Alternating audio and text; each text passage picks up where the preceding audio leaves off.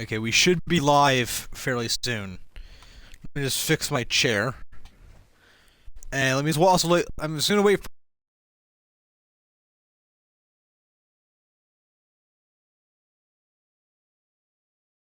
for real quick.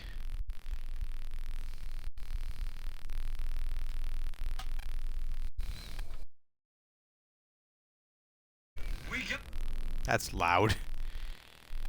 Um.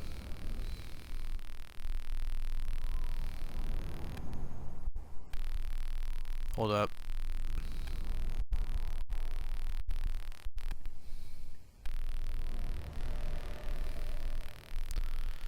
Hold on.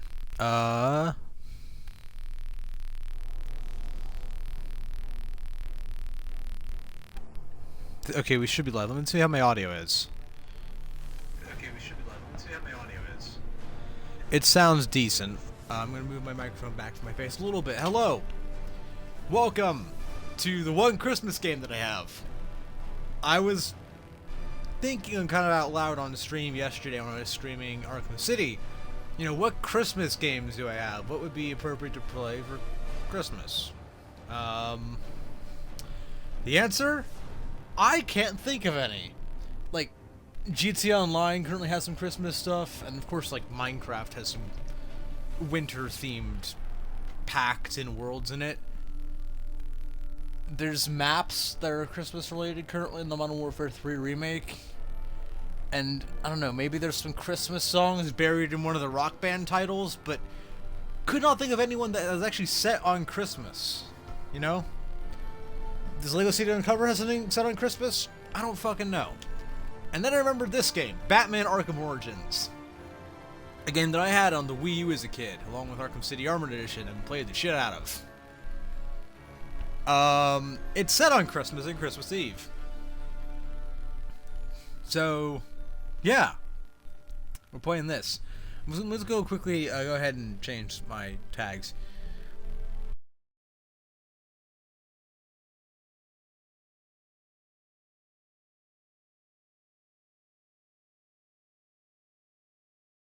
It's not, because it's actually not made by Rocksteady. It's one of the 4 games in the Arkham series not made by Rocksteady. Hold up, 1 second. There's more than 4 games in the Arkham series, but there's 4 main games. Asylum, City, Origins, and Night. Origins being a prequel to the other 3. And this one's not made by Rocksteady, instead it's made by WB Montreal, the same team who would later go on to be responsible for Gotham Knights. Last year. I don't know if there's the same people involved in the game, but it's the same team. Both good games. I really like this game. It's sad that it's really often forgotten in the Batman Arkham fandom, I think. Or outside of the fandom alone, it's not really talked about that much. For example, it was left out of the remastered / Return to Arkham collection a couple years ago. That collection included City, Night, and Asylum. All in the case of City and Asylum, they were both remastered for Xbox One, PS4, and PC at the time. This just didn't get included in that. And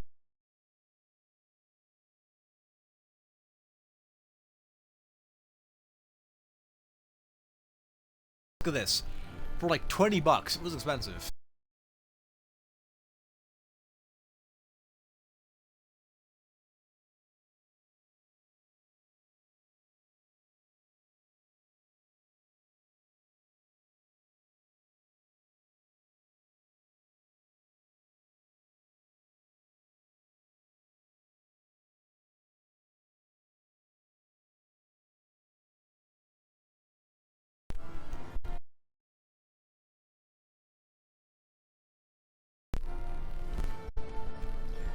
My apologies for that.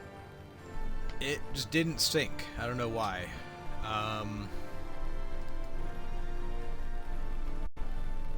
just changing my Twitch data. Hold up. Actually, I typed in Arkham on the Twitch tags. Origins is not even in the top 10.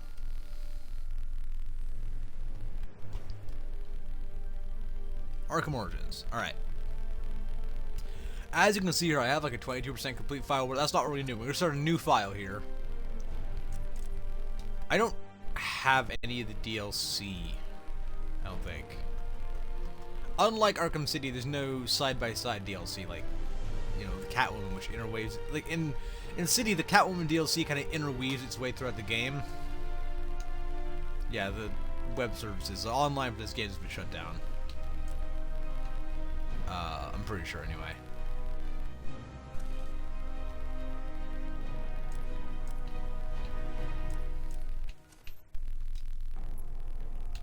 Gonna do easy mode. Because there are boss fights in this game that are really good. This game's often forgotten, and I kind of wish it wasn't. It's really good.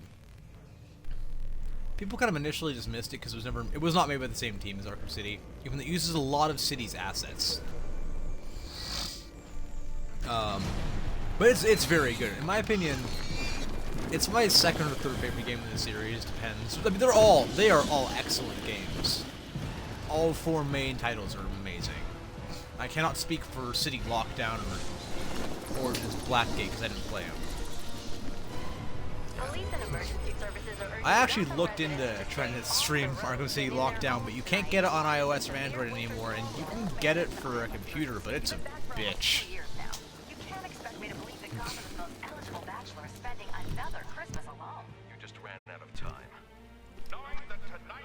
Yeah, this is a prequel to all the other Arkham games. We are, I think, basically in Batman Year 2 at this point. Commissioner Loeb, any comment on the rumor that it wasn't actually the cops who captured Mr. Day? There is no such thing as a Batman. Captain Gordon. Yeah, we're in this era of Batman. All units, code 10 at Blackgate Prison. Communication is down. Possible to 11. Delta 6-4 en route. Dispatch 5-9. Confirm code 10. This is a breakout. Suspect identified as Black Mask. Repeat, code 10 suspect is Black Mask. Commissioner Loeb is being held captive. Repeat, Commissioner Loeb is 7 Out of all of the games in the series, out of all 4 main games, this is the one that has, I'd say, probably the most unique, non-comic-esque story. Which I'll explain for a bit. I don't know how long we're gonna go, and also, I'm gonna be turning Arkham City into a series, and I might do the same for this. I'm just gonna stream this one once right now, and then I might consider making it into a series after I finish streaming City.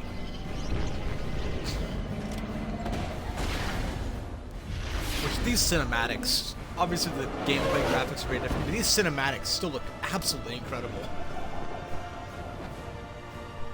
I still think this has the most fluid combat of any of the 4 mainline Arkham titles.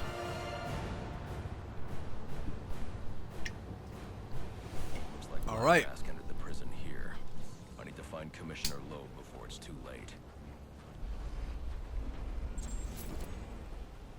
He said he'd leave my family alone if I As we can see here, a lot of the assets are the same as they were in City. Even the map is very similar.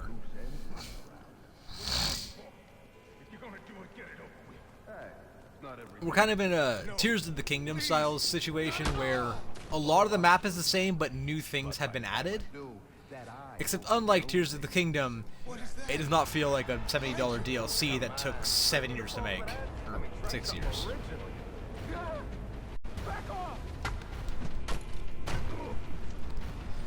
One thing you'll notice very quickly is compared to City and Asylum, the combat sounds are a lot meatier here.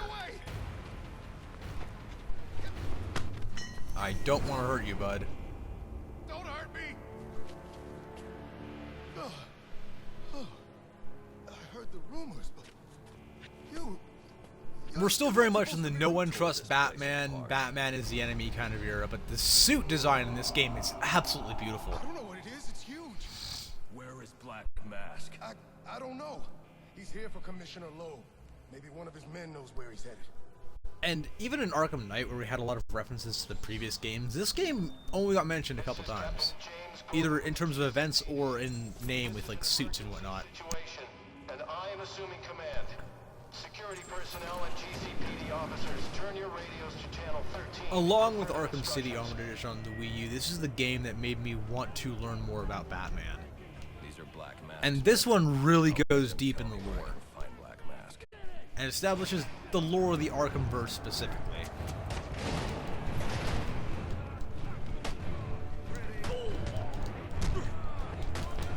The combat feels so smooth, and not a lot of frame rate drops. Now, keep in mind, I'm running this on the Series X. It's not Series X enhanced, but it does run on the Series X if you have the disc. You cannot buy it digitally, sadly, anymore in the Series X marketplace. I don't know why.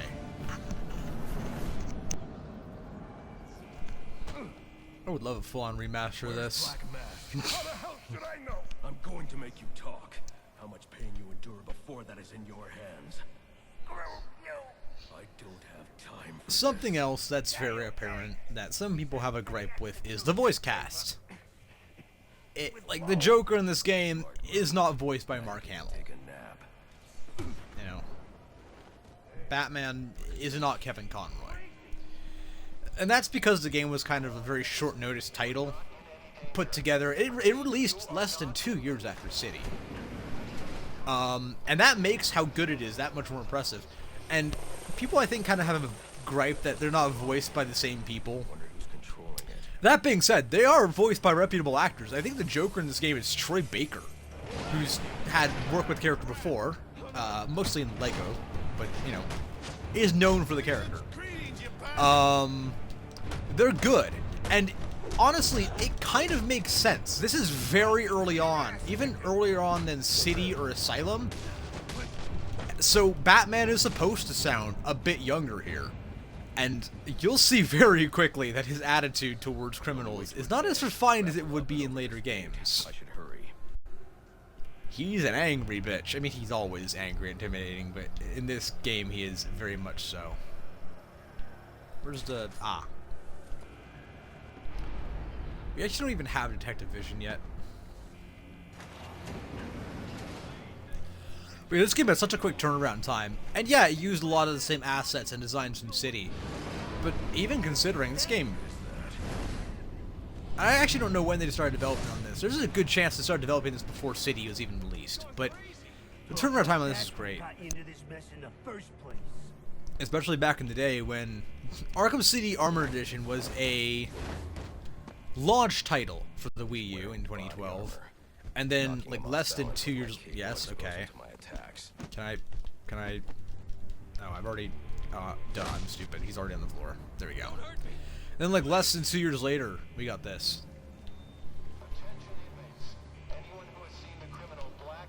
The actual Arkham City came out, like, a little bit earlier, in, like, late 2011, but still.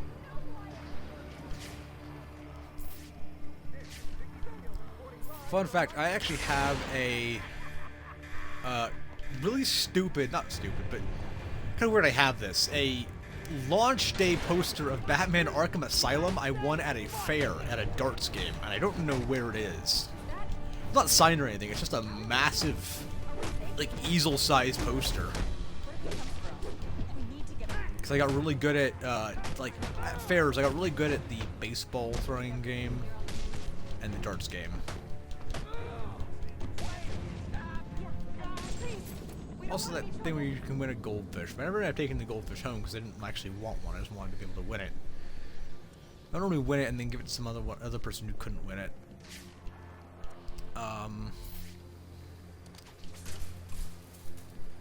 We're about to see a pretty fucked up scene involving Commissioner Loeb. Just a heads up. I can use my explosive gel to break through.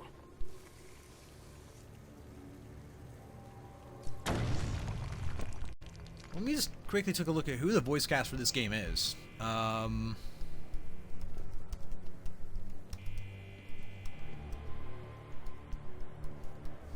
say crime doesn't pay. Yeah, it's Troy Baker, Chris Cox. Good police commissioners' pockets, because they are lined with my money. And what have I got to show for it, huh? My own.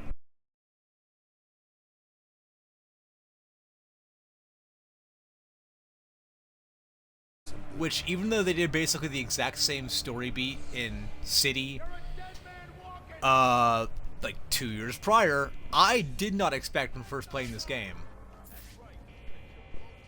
God, this game is a decade old now. I feel old. I feel really old. I remember this game coming out. I was in 6th grade. Right? Yeah. I mean, again, like, you know, written by Bob Kane. It's a proper Warner Brothers production. It's going over the IMDb here, so... One thing I really like about this game is just the... I mentioned it earlier, but the story is the one that feels least like something we'd seen in a major comic series that was well known to the public. I'm not super well versed in Batman comics. I know enough.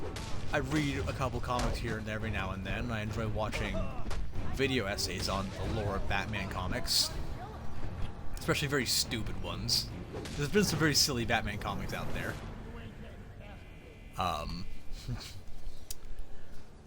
But, you know, the whole plot of this game is a bunch of highly paid assassins, very well-known figures in the DC crime world, have been paid to kill Batman. We're talking Deathstroke, Deadshot, less well-known ones like Copperhead.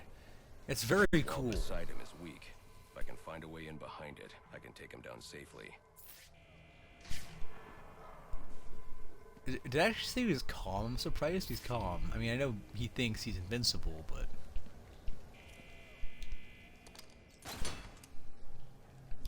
It is so nice to be doing this with the Xbox Series X controller D-pad, not the 360 controller D-pad, I will say. Much as I do love the 360 and its controller, man, does that D-pad suck ass. So... I don't know if I want to spoil the big plot reveal for this game. But although we won't be figuring this out for a while, and it won't be happening on this stream. So... I'll just go ahead and say it. Black Mask is the Joker. Yeah. Again, they did basically the exact same thing in Arkham City very, like, recently before this. With the Joker and Clayface. Oh, right. Maybe I should just stand back and do this. Yeah, there we go.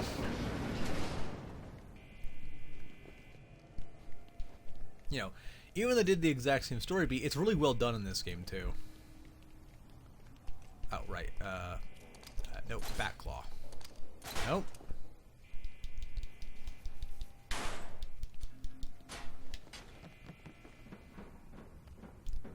Also, if you were to stop and look around in this tutorial area, there's a lot of Easter eggs to Batman things.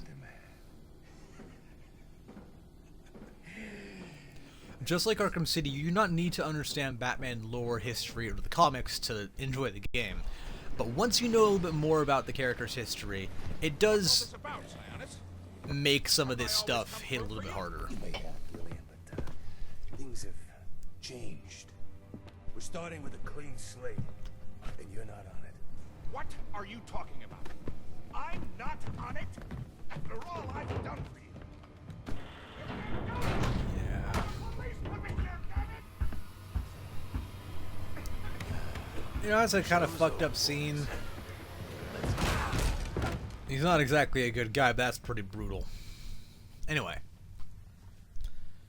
But yeah, Troy Baker in this is the Joker.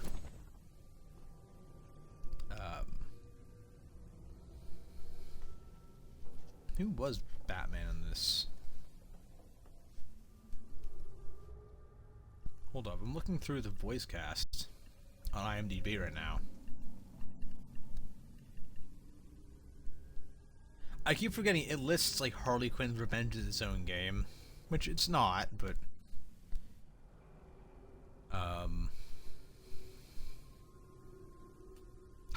in the goof section it actually mentioned something I mentioned in the stream yesterday. This game uses the grapple boost by default, which you don't have canonically until Arkham City with the AR training. It's the fact. We're never getting out of here. We gotta go. Oh shit. Sorry, I was checking the IMDb page. I also don't think this is quite as long as City, but it still feels like a full fleshed out game.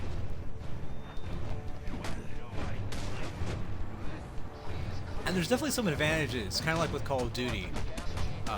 Not so much recently with the quality they've been putting out, but you know, back in the day of having a couple different developers working in cycles, so you can have these games turned out within 2 years of each other and still have the same quality going on. You know, you have WB Montreal working on this, or you have Rocksteady working on Night while this is being made and produced. God, the cave physics in this looks so good, and again, this came out on the 360, and I'm pretty sure it's on the same graphics engine as City. Also, we can now start seeing something that City did not use, but Night later on did, which was the combat rating after each encounter in the top corner. The screen showing you like how well you did in like your XP and all that. This is on I think the same graphics engine as City. It looks miles better. City doesn't look bad. I was talking about on my stream yesterday and earlier this morning of City, how well it held up. This looks at times almost as good as Arkham Knight, which came out 2 years later on the Xbox One, PS4, and well, sadly PC. I'm not an anti-PC gamer, don't get me wrong. I don't care what you play on. I say sadly PC because the Arkham Knight PC port was known to be shit. Anywho, this game looks miles better than City.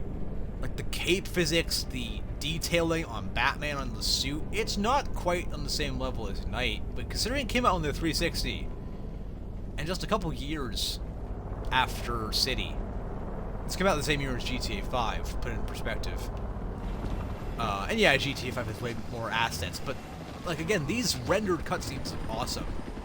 Speaking of rendered things that look awesome, the realistic, like the cinematic trailer of Batman fighting Deathstroke for this game, I straight up thought it was a live-action trailer when it came out, and I'm not the only one. It still looks fucking amazing. Speaking of Deathstroke, our first boss fight is coming up here against Killer Croc. It's a tutorial more than anything else. I don't really count it as one, but yeah.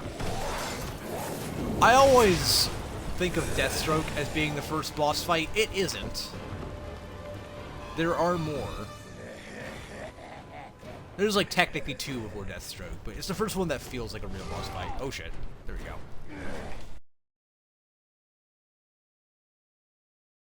Oh shit.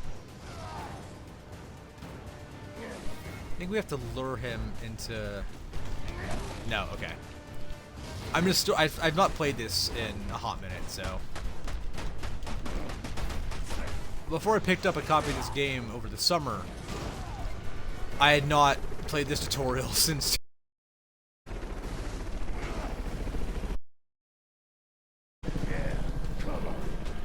Oh shit, oh shit. Oh boy. Boom, boom, boom, boom, boom, boom, boom. Counter. Ha! Boom, boom, boom, boom, boom, boom, boom, boom. Again, the cinematics in this are awesome. And even up close, some of the detailing holds up surprisingly well. It's also interesting to see this game's take on characters like Killer Croc. It's always interesting to see takes on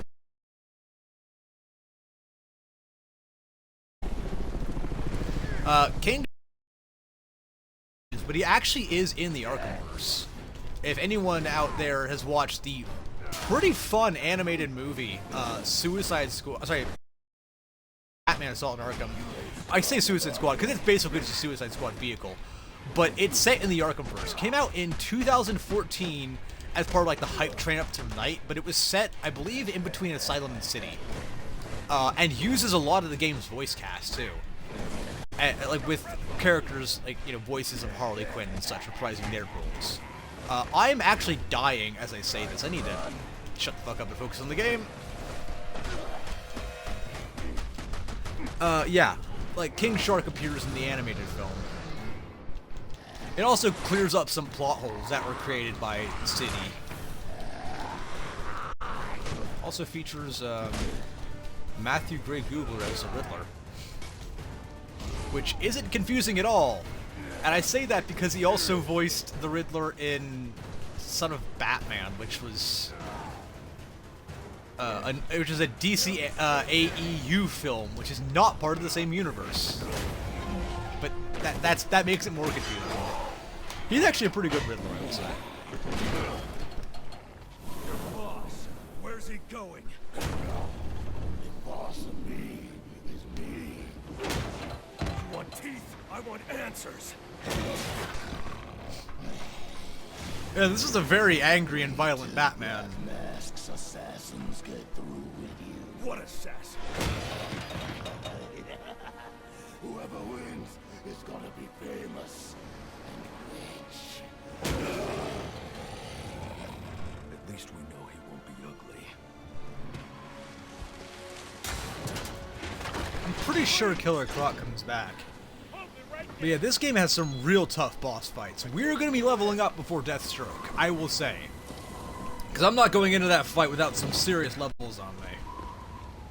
So we're going to be doing some street fights. I think what I want to do on this stream is just get through to Deathstroke. That's probably it. There's technically one more boss fight before that. I'm not going to spoil it, but if you've played this game, you know what I'm talking about. It's very silly.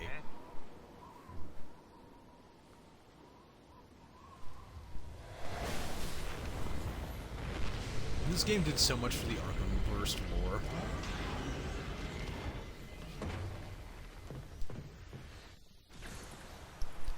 It also, along with Suicide Squad, along with Assault on Arkham, helped to establish the Amanda Waller character, which is going to be the same one that will be in Suicide Squad: Kill the Justice League. Amanda Waller is just a DC comic staple at this point, but she's present in this as well as Origins Blackgate. Alright.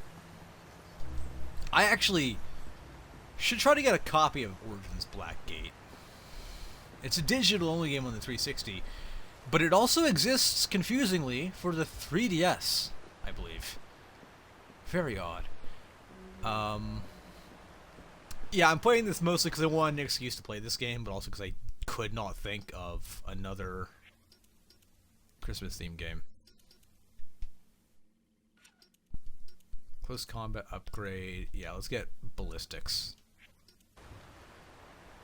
I really want to put effort in upgrading my ballistics resistance because, again, the fight against Deathstroke is tough.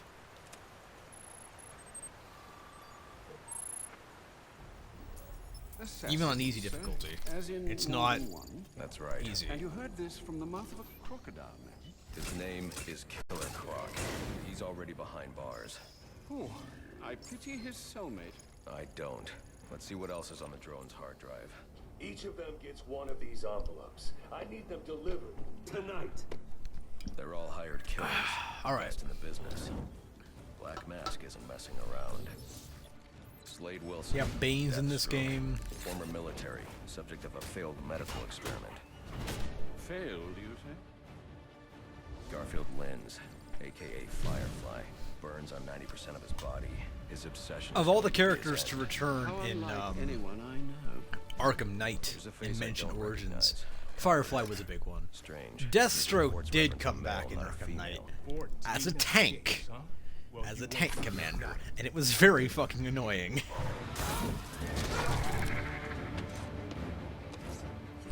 Floyd Lawton, aka Deadshot. Says here he's an expert sharpshooter. How on earth? Suspected of many assassinations. Dangerous, but reckless. Street tough named Lester Baczynski. I'm all for any game that gives Calls Alfred something himself to do and be in the game. He's Electrocutioner. awesome. Shocking. Shiva. Her skill is unmatched. Like I said, some characters that aren't really super well known, outside of maybe outside of more well-versed Batman characters, or more well-versed Batman fans, I should say, like Lady Shiva and Copperhead. I mean, I never heard of Copperhead before I played this game. Here in Gotham.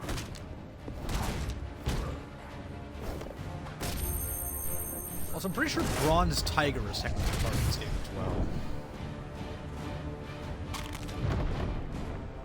Why would he be taking money as a hired killer? Is that Warden Joseph? Must be how Black Mask got inside the prison. He uses torture for intimidation and entertainment. 8 assassins after your head. What are you going to do? I'm going to find out who is operating this drone. Make them tell me what they know. Then I'm going to find Black Mask and put an end to this.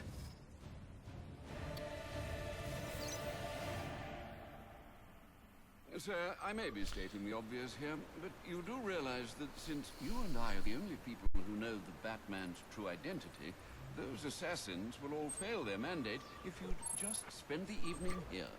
They'll put innocents in danger I to love attract that. my attention.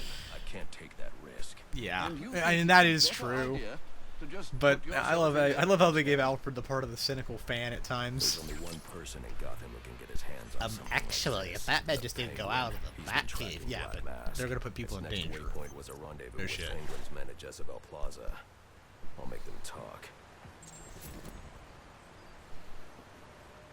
You're sure this is wise, sir? I know what I'm doing. Well, in case you change your mind and want to train tonight instead, I'll keep your training facility active. The Batwing is prepped and ready to take you to... Just looking through the Jezebel IMDb Plaza. page, who voiced Bruce Wayne in this?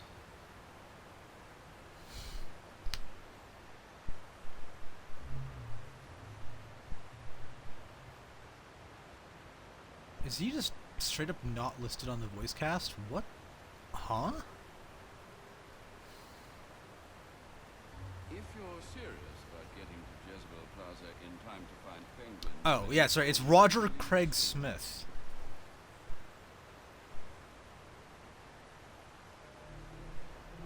If you go to his IMDb page, he has some very interesting images. Former stand-up comic. What else has this guy done? Oh.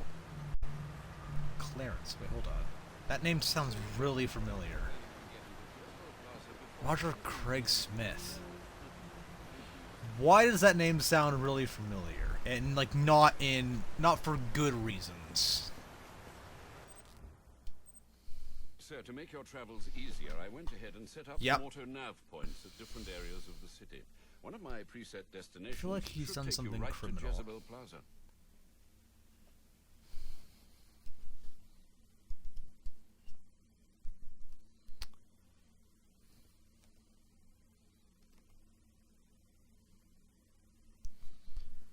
Roger Craig Smith. Hold on. Oh. He was in Hi-Fi Rush? Damn. Okay, that's a blast. I did not realize that. I don't know why, but I thought that was like the name of a actor who kind of a couple years ago got convicted for sexual assault. I don't know why I thought that. Because I know someone from Clarence got convicted of that. I don't know. Clarence being the Cartoon Network show. I think it was like the creator and original voice of Clarence who got convicted for being kind of weird and pervy. I don't remember, but he got fired from the show for it. Career Smith's voice. He's done a lot. Okay, so he's done work for. Okay, yeah, he's done. He's also been the narrator of Say Yes to the Dress. God damn it. I've been forced to watch that show while hanging out with my friend and his girlfriend at one point. Bores me to all hell. Okay. So he's done a lot of actual work. Okay, never mind. And, okay, so I should mention... Okay, his Wikipedia page is actually deeper than I thought. Okay, so he actually has a lot of work involving superheroes. Like he did work on specific superhero video games. Lego Marvel superheroes. No, wait, that's a television episode. What? I don't know. Cool stuff. So this game is voice cast, while not being the same as previous games. It's still pretty good, and helps it to definitely feel younger, which is the point. I can drop smoke pellets to conceal my movements. I need to get up and out of danger. Like, he's supposed to be younger here. more inexperienced. Attacking head-on is a good way to get myself shot, and probably the hostage too. But they won't expect an attack from above. Nobody ever does. And because they kind of have to reintroduce us to the controls. You have basically the same exact stuff we had in City here. Just to introduce us to stealth controls for a second. Where's the other... Gotcha.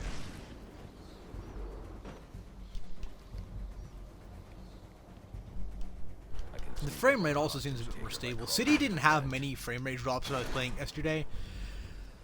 And this is not Series X enhanced in any way. Some 360 games surprisingly are. Sonic Generations, for example, has 120 frames per second frame rate boost. But this game is just very stable at running. I like that. Get yourself to safety. God, it's so satisfying. Don't want to see what's going on here. Okay, I will. This was just supposed to be a service call. Fix the tower in and out. Whoever you are, come near me, and I'll kill this. Hey, things don't have to get worse. Just let me walk out of here. Unlike Arkham City, Panic at the Disco did not write an absolutely banger song for this game's soundtrack, sadly. I can fix the Although by tower. this point, Panic at the Disco had just released Too Weird to Live, Too Rare to Die. Which was not exactly a great album. And I'm someone who's actually a big fan of that band, or solo project. They're not around anymore regardless. Whoops. Disbanded this year. We had a couple of noteworthy band breakups this year. Go Radio disbanded in 2023.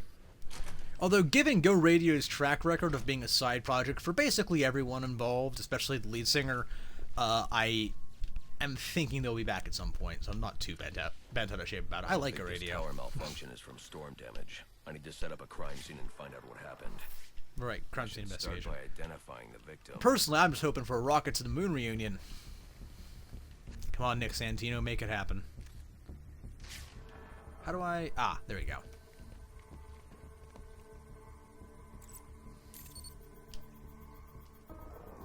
Victim's name is David Shannon, a Gotham Optics employee sent here to repair a faulty network tower. But what killed him? Scanning the DNA evidence. This introduced quite a few things that would later on be improved upon, or in some cases expanded and not really improved upon in Night. Such as, the evidence scanner has been in the games for a long time. It plays on the whole part about Batman. You know, he's a superhero, he's a vigilante, but he's had the title of World's Greatest Detective for a reason. And this actually utilizes that, and it gives a much more in-depth evidence scanner than City or, I think, Asylum. There was evidence scanning in Asylum, right? I've not played Asylum since I played the remaster during quarantine, but yeah, this evidence scanner is in-depth without being too complicated. It would get kind of annoying in Night. With almost Cyberpunk 2077 levels of detail to find. We're looking for the key, right?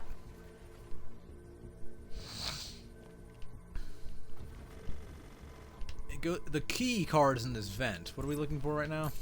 Oh, scan the... It looks like the panel was rigged to detonate when swiped with a key card.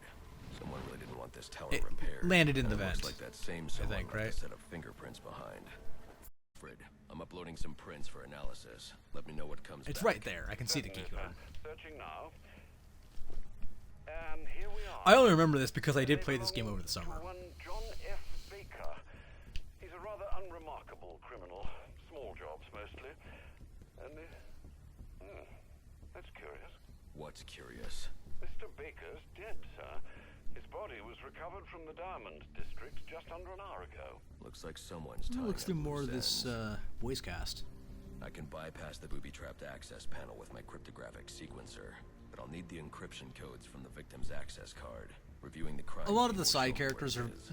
voiced differently as well. Like Bane is noticeably, you know, in this game not voiced by the same guy. But again, I think if it was like just a direct sequel to City, it would feel like that was a bit annoying. But because it's supposed to be earlier on, you know, years before,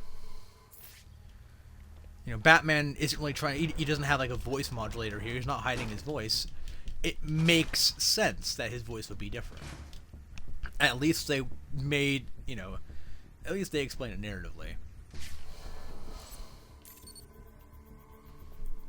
And also, it's because this game was kind of a last-minute sort of idea. This card has the codes I need to hack any of the You know, network towers' a lot access of the people weren't obligated by contract to do this. Like Hamill was not contracted for this game. But Troy Baker, you know, at least they went out of the way to get someone who has experience with the character. Also, wasn't Troy Baker Robin in Arkham Knight as well? I mean, Troy Baker has played the Joker a couple different times, animated stuff. I think he's the Lego Joker now, isn't he? Or at least in the games. I don't know who played him in Lego Batman, but yeah, Troy Baker, Jonathan Banks. Alfred, was in contact the GCPD. Arkham Knight. Let them know about the body. Send the data Oh, from my right, no, analysis too. Certainly, sir. Yeah. Does this mean you found the source of the disturbance? I could spend forever looking at the wiki pages for these games. The Arkhamverse lore is so deep. I will go to the ends of the earth to say this is still, these 4 Arkham games are still the best superhero game series we've gotten. And there's a pretty good argument to be made for the Marvel Spider-Man series. Go away, iPhone alarm. Marvel Spider-Man series is good, but just doesn't feel as cohesive. The stories are not quite as deep as they are here. Sorry about the mess downstairs. Who is this? Think of me as a great big mystery, one you're never. Oh right, he hasn't met the Riddler yet, or I should say Enigma. There is one Riddler trophy in this game, but there are other, I think it's like you could pick up Enigma tapes. Batwing's useless, and it looks like it's gonna stay that way. I mean, this one's practically begging to be taken offline, and you still can't hack it. Pun intended, of course. I'm just looking at the full Arkham Knight. Yeah, so Troy Baker, who plays the Joker in this, went on to play Jason Todd in Arkham Knight. Also, Red Hood and Two-Face. Black Mask's not going to like this. What are you talking about? Wouldn't you like to know?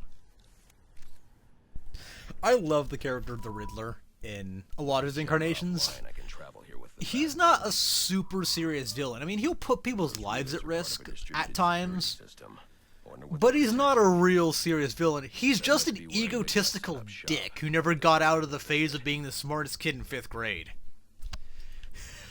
It's pretty fucking funny. It's basically what he is. We have to take out this jammer. I see you've regained control of the Batwing, sir. So, in order to make the Batwing land at other fast travel points, we have to take them out. We cannot do them all right away, though. You can't just go across the map, because some of them you need stuff like the line launcher to use, which you don't have yet.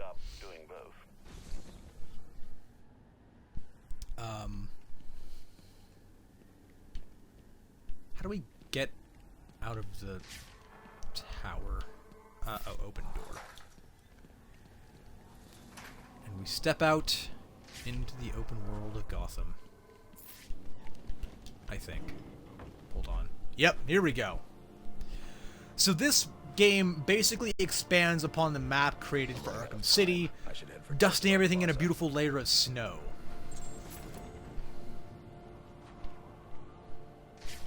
I'm gonna take my time here and actually beat up some guys because of the aforementioned Deathstroke fight. Getting XP is very much worth it in this game. I also don't know if you can use any character outfits, although I don't think I have any, until you beat the game. Worth mentioning, if you guys have this game and want to buy any DLC, you gotta do it before July of 2024 when the Xbox 360 marketplace finally shuts down. People keep treating it like the end of Xbox 360 as we know it. I mean, not really. The few games that still have Xbox Live servers are still going to be active. It's not getting rid of Xbox Live, and you know, you can either mod games, I suppose, or get them on disc. And most games that were Xbox Live, like digital only, say, I don't know, Trials Fusion, not Trials Fusion, That was actually on disc. Trials, Rivals? No. What am I thinking of? Trials Evolution, or Mount Your Friends, or Marble Blast. Those are already gone. Those have been taken off the people like discontinuing Xbox Live games. That happened a long time ago. So really, it's not changing much unless you want to buy DLC. Although I should mention, for those wondering, no, it will not affect the availability of digital games for the 360 that are backwards compatible for the Series X. Like, you'll still be able to buy a digital version of Black Ops 2. No, don't sweat it. And probably all the DLC, too. Available units call-in status. Possible Although, actually, I'm not even sure if this game's DLC is available anymore. I might have to buy it through this 360 console for that to work. Which might be worth doing, because it actually has some good DLC content. Let's find some more people whose asses I can kick. Hello? What are you? Oh, yeah, so instead of Riddler trophies, we have these. Enigma Data Pack. There's also a Crime in Progress. And as you can see here, we just straight up have the grapple boost, which you have to unlock via AR training in City. You just straight up have it in this game. Crimes in Progress are sort of like big encounters, kind of like the political prisoner riots in City.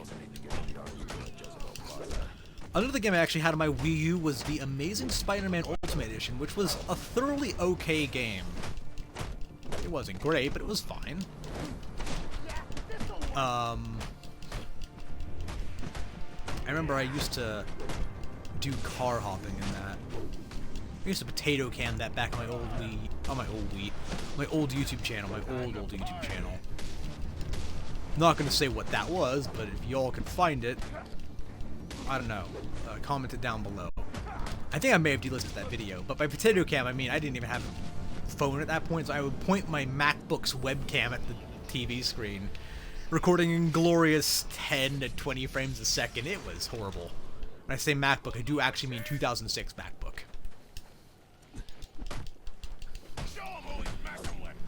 As I mentioned earlier, my ranking for the games of Arkham changes every time I play them, because they're all so good. I want to put them all at number 1, but I just can't. City is constantly my number 1. But in recent years, maybe just because I like the underdog, this game has kind of gone to number 2. Night and Asylum are interchangeable at 3 and 4. None of them are bad games. Asylum is worthy of its Game of the Year title. For all intents and purposes, it's a damn near perfect game.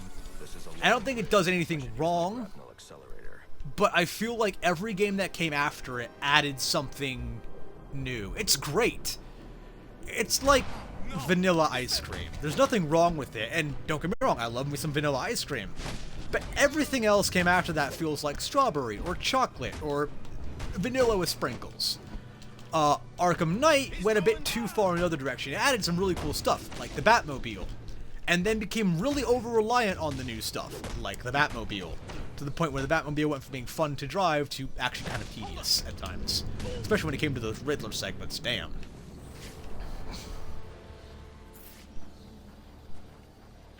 Also, I can't, if the stream randomly pauses at times, without me saying anything, like for a couple seconds, whenever I open up the Xbox 360 menu on here, it auto-pauses. For some reason. It doesn't show the 360 menu, because I'm streaming directly off my Series X as opposed to using OBS. Which I think, now I listen back to it, my audio might have been a bit low at times, but that new microphone setup I used yesterday was much better. And don't get me wrong, I'm saving up for a proper microphone. But it was better than it had been in the past. Let me just quickly look at the map.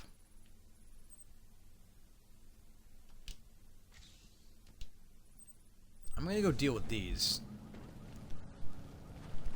This stream could be like 3 hours long, I think.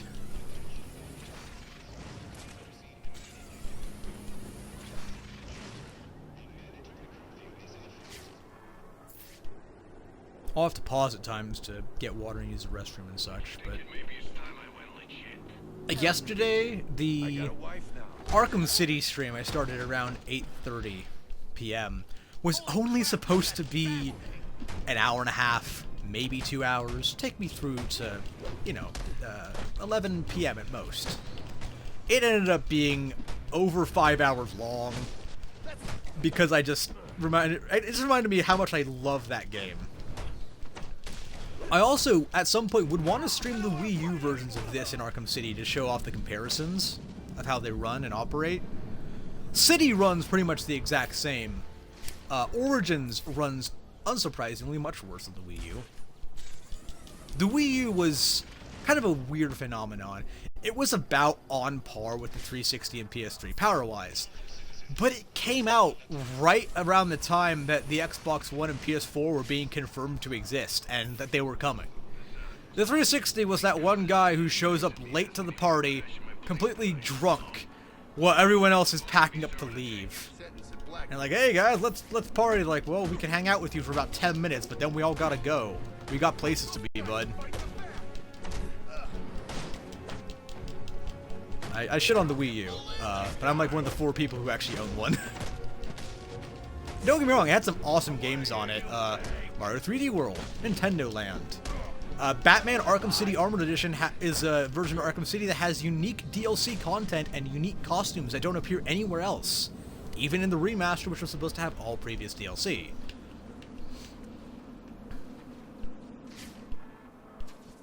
Let's take out this signal jammer here. Sorry, not the signal jammer, the network relays.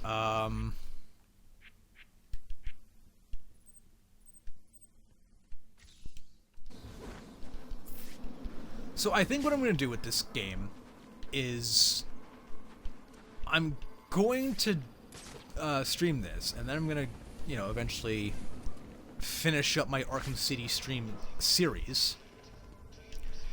And then I will return to this game and stream this as a series as well. Because I'd like to do that, but I want to finish up. I don't really want to have 2 simultaneous Arkham series going, since I think that might be a bit confusing for people who don't always pay attention to titles, so I don't want you all to, like, just join a random stream one day, see the word Arkham, be very confused as to where we are, because it's a different game.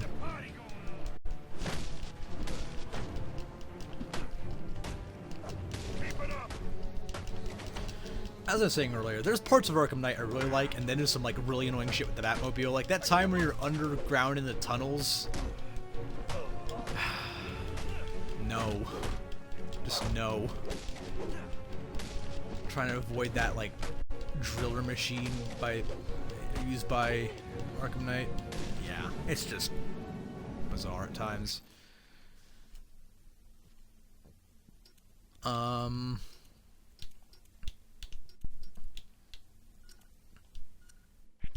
It's mostly these I want to upgrade, the ballistics, because of Deathstroke. That encounter. He does use close quarter combat attacks, but the main thing I have an issue with, not an issue, not like, oh, I don't like this. The main thing I just kind of suck at avoiding is his ballistic attacks. Here's a fun fact about this. One thing I actually do not like about this game is once you start an encounter, you can't, like, with the boss, you can't quit back out to the open world. When I was a kid, I just got finished playing City. City was pretty easy. Even the boss fights, you didn't really have to power up for. Because again, the boss fights in City, there are more than I remembered when I was playing yesterday, if I'm honest. However, they were never super difficult. Oops, I'm going the wrong way. Where's the crime in progress that was over here? So, alright, I thought it was over here, whatever. So with City, I just kind of like speed ran my way through my main story. I tried to do that here. As a kid, I first got to Deathstroke, and I was so overpowered. Sorry, no, he overpowered me. I was overpowered by him. That was a big issue. Because as a kid, I did not understand timing. I was not good at the game. So the only way I could eventually beat him was by restarting a new save file of like 4 hours, 5 hours of progress by this point, and leveling up again. Because you can't just quit back to the open world and re-level up and then come back and face it. Once you get on the barge, once you get on Penguin's ship, You're not getting off until you beat Deathstroke. And also, one other guy who... I don't want to spoil that. Not because it's a big plot point, but because it's fucking funny. And unlike City, where I'm pretty sure most people watching the stream have at least played the game or know what it is, there's a solid chance that some people just haven't played this game or don't remember anything about it, sadly. Because again, it never gets the mainstream attention that games like City, Asylum, and Night do. It was completely left out of the Arkham Remastered trilogy, or sorry, Arkham Game Collection thing. They had remasters of City and Asylum along with the full version of Night. This game is not included for some reason.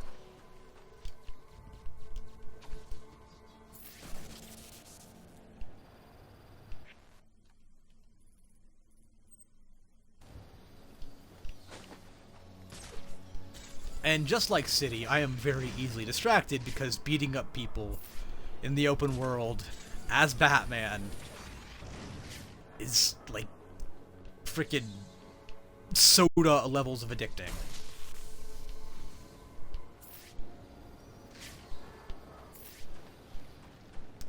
Oh yeah, I was showing this off earlier, and then I got distracted by the crime in progress.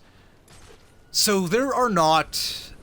Sorry, there's one Riddler trophy in this game, as kind of a precursor to what will come later on with the Riddler trophies in every other game. However, there are Enigma data packs, which work very similarly to the point where they're puzzles and such. Let's check it out.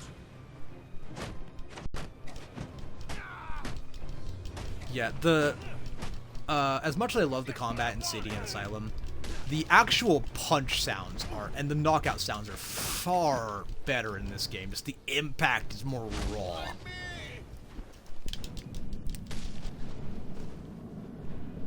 And again, this game looks surprisingly good considering it came out on the 360. And while games do get better in terms of graphics throughout the lifespan of a console, you know, a game that came out in 2005 on the 360 as a launch title is going to look a lot worse than the game that came out in 2013. You know, at least in terms of AAA. I'm sure there's some atrocious looking games that came out in 2013. I think you might need a line launcher to go through here, actually. What? Hold on. Yeah, I think you might need the line launcher for this. Yeah, I think you do. Okay. This game just looks particularly good for a 360 game. I can actually see this as like an Xbox One game, and I'm surprised they never released it for both. Because this came out in, I think, late 2013 as well.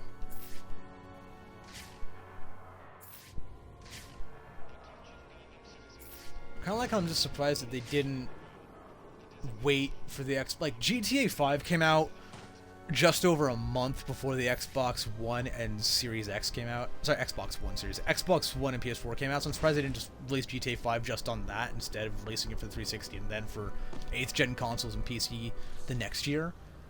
I mean, I get in that case it was probably due to wanting to cash in on Christmas sales, but this is also something in this game. Anarchy. A really cool character who is briefly mentioned in Arkham Knight and did not get any real follow-up. You can briefly hear some thugs mentioning, hey, whatever happened to that Anarchy kid? But he's a really fun little character in this game. Kind of a vigilante, but also a terrorist. It's very morally gray, but also not, because he does a lot of really bad shit. But he's also, like, not like incredibly young, like he's not a child or a teenager, but he's, I think, about the same age as Robin in this game. Or, actually, no, he's the same age as Robin in City. Robin in this game doesn't even exist, as far as I'm aware, because this is like Year 2 Batman. Oh, there's a transmitter over there.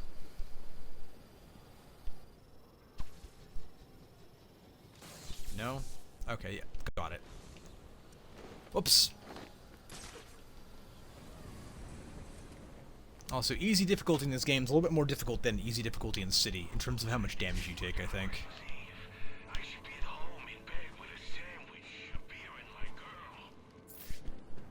So, I did say this game takes place on Christmas.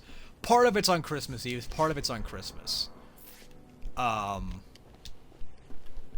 There's actually a kind of, like, sad little scene about kind of like a quarter of the way through the game's campaign where Alfred just calls up Bruce to wish him a happy Christmas. Cryptographic sequencer. On the Wii U, this is really cool too. And hey, we actually get Rumble this time. I don't know if it was just the controller I was using yesterday during City, but there was no Rumble for that. Looks like it's part of a larger set. And granted, when I was playing City, on my Xbox 360, I do have a couple standard controllers. But I personally like using my wired Rock Candy one, because it's like the hollow purple one. It's really sick. People always kind of complain about third-party controllers. Some of them, Rock Candy and Afterglow, at times were better than the originals. They were solid controllers. Rock Candy, not really as big of a brand anymore. I think they're still around, but they're pretty much replaced by brands like Hyperkin and Power A and, I guess, Turtle Beach at this point. I mean, Turtle Beach will always more be known for its audio accessories, headsets, mostly. But they do make controllers. I actually have a Turtle Beach Recon that developed stick drift from me not realizing that MLB The Show does that to controllers. But I need to get it fixed. But yeah, cool controller, that. I'm also not a big hater of wired controllers. It allows companies to increase to put a bunch of technology into it that would normally jack at the price of a wireless controller considerably, but they can keep it to $60 because they make it wired. Like the Turtle Beach Recon, which has microphone monitor. It has like specialized mic settings and mic monitoring built into it. If it was wireless, it would probably be like $110. It's about $50 most of the time because it's wired.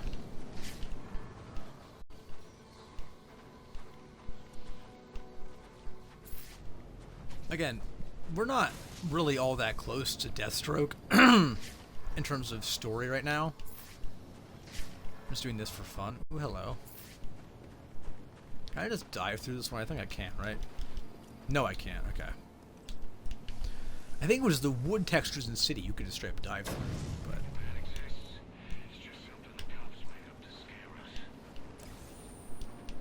I should stream some Zelda Tears of the Kingdom stuff. I've not played much of that game. I wasn't super impressed with it. Don't get me wrong, it's not a bad game, but compared to like Breath of the Wild, it felt... I mean, it took 6 years to come out, and then just didn't feel all that different. I guess because it used the same map.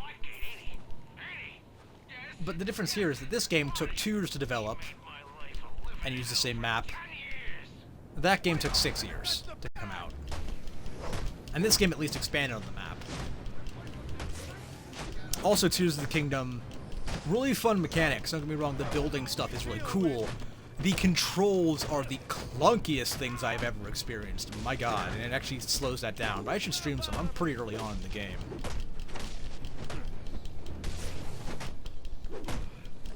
I bought it for when I went to England and didn't end up playing all that much when I was in England. Because that's when I got really into Minecraft with Jose. I was able to play that in my Minecraft realm.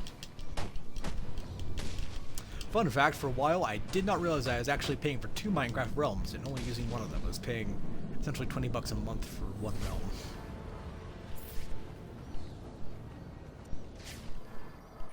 Cool, okay, we leveled up. Let me just get this transmitter first. I should be at home in bed with a sandwich, a beer, and my girl. I love the background, just random encounter dialogue you can find. It's really cool and adds a lot of unique depth to the game, makes people feel more like people. I don't know if it's still going, but there was this really funny series on like YouTube Shorts and TikTok. I think I found it, must have been over a year ago now, about someone, it was made by someone who could do these guys' voices, these accents really well. And it just essentially recorded fake Arkham City and Origins and Night dialogue. And I almost believed it was real.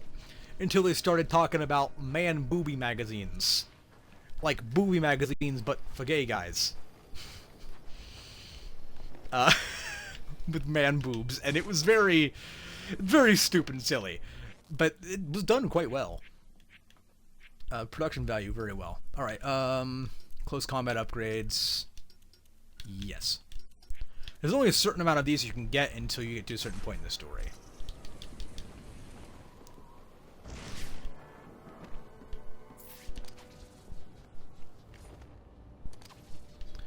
Also, the Arkham City disc does not work on... What was it? I was trying to throw that at an anchor point. On the Arkham City disc does not work on the Xbox Series X. I think due to the remaster existing. So I played that on my 360. Where am I going?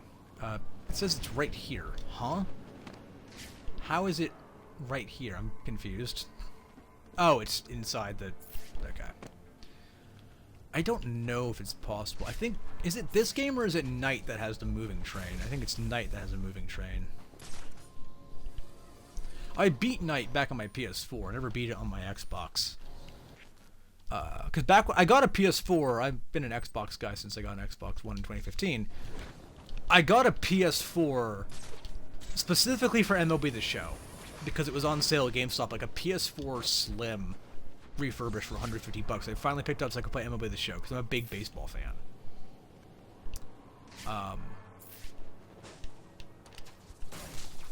And then once it went multi-platform, I kind of sold it, but because I didn't want to just have MLB The Show on it, I picked up a couple other games at one point. I think it was actually on Black Friday. I picked up Black Friday 2017. I think I picked up like Just Cause 3 and Arkham Knight.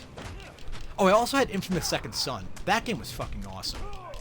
I've been thinking about buying a PS5 because there are some exclusives I really like. I just, at this point anyway, like the Xbox exclusives a little bit more, which is why I went with the Series X over the PS5 initially. I fully plan on buying a PS5 at some point. Just like with the Nintendo Switch, I said if they ever made a No More Heroes 3, I would buy one. If they did make a No More Heroes 3, I bought a Switch. Still don't own No More Heroes 3 because I did play it. It's not very good. But, you know, if they were ever to make another Infamous game, I would probably buy a PS5 to play it. I loved Infamous. It was a great series. Same with Prototype, which is a very similar kind of game. I could stream that, because I actually have the first one on 360.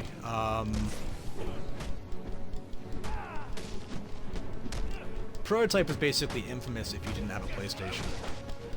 But yeah, Infamous Second Son was fucking awesome. I never played Infamous First Light, which was kind of like a side game sort of deal, but it seemed pretty cool. I sold my PS4 last year, though. Made some decent money off of it, actually. I actually sold it, too. If you guys have seen my YouTube Shorts or True Gaming United TikTok, Ashland Artisan Emporium. They paid me some good money for it. It was actually kind of hard to sell because I did not have a full controller, shall we say. My controller was pretty fucked up. It still worked, but the glue had separated from years of MLB The Show and slamming it into my desk because of MLB The Show. Also, because of one of those really hard boss fights in Infamous. One of the final boss fights was a bitch. Great game, but damn. Okay, let's go over here. Let's see the last one over here. So my controller, like, part of the handle had broken off. You could see the internals. I could put my finger in and touch the rumble motor as it was going around.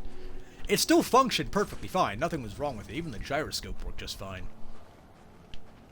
One of the things that nothing on the PS4 ever really used, but you could use the gyroscope for the keyboard, which no one ever did. But no actual store would take it. Like with GameStop and GameSwap in Medford, Oregon, if I wanted to sell them my PS4, I would have to buy a controller from them, and then they would deduct that from the whole price. It was going to end up giving me like $60 at the end of the day. Now GameSwap's like, hey, you got, sorry, not GameSwap, Ashland Artisan Emporium was like, hey, you got this, you got the console, this busted up controller, which we won't take it, but we won't charge you, we won't count it against you. And you got these couple games, couple MLB The Show titles, and Batman, and Just Cause, and all that. You know, we'll take these 3 discs and this console from you for like 160 something, which was not bad considering that was more than I paid for the console and those games put together. Sounds like a fight. Let's check it out. I'm actually kind of in the market for either a PlayStation 2 or an original Xbox right now, whichever one I can find cheaper. Preferably Xbox, just for have some synergy and all that, but also because I already have some controllers I could...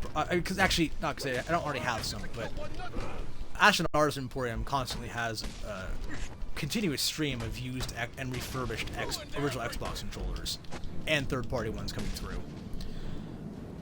Because I was at, like, some original Xbox titles work on the 360, but not most of them. I was at Goodwill the other day. Go there often to look for games. And I found a copy of 007 Agent Under Fire. One of the EA Bond games that was pretty good. Not as good as Nightfire, but very good.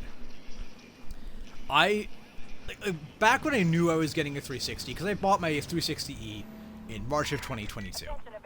Almost 2 years ago now. Like, once I decided, okay, I'm saving up for this, I'm gonna buy it, I have a date when I'm gonna go pick it up from the store, I started, like, a couple weeks out buying 360 games in advance. I already owned a couple that were Xbox One compatible, but I just started buying straight up 360 titles in advance of that. I decided not to buy Nightfire, because unlike with the, not to buy Agent Under Fire, because unlike with the 360, I do not have, like, a scheduled time to buy an original Xbox. I feel like someone else could enjoy that game more than me, who already has the console. Whereas it would probably just sit on my shelf for a year until I could find an original Xbox that's not insanely expensive. Because online, good God, they're expensive. Ashen Artisan Emporium had one a while back for like $60, which is not bad, with the wires and all that. I just didn't have the free money at the time to do that.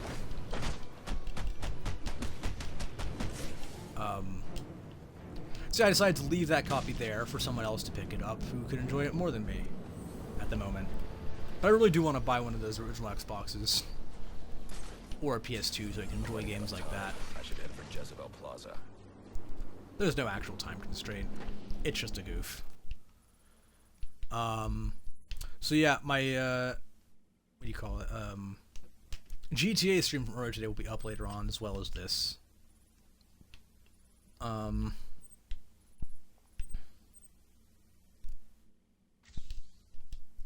I think we can take out this one. Some of these points you just can't access yet because you'll need something like the line launcher to enter the building, which we don't have.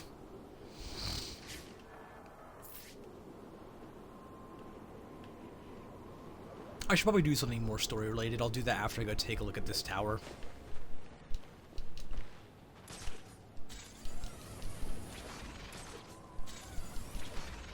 I feel like I'll really enjoy Tears of the Kingdom once I fully get into it, but I don't know. I actually never had Breath of the Wild for the Switch. I had it for the Wii U way back when it came out. I don't have the disc anymore. I 100%ed it. I even got like all the Korok seeds, so I got the giant gold smelly piece of shit.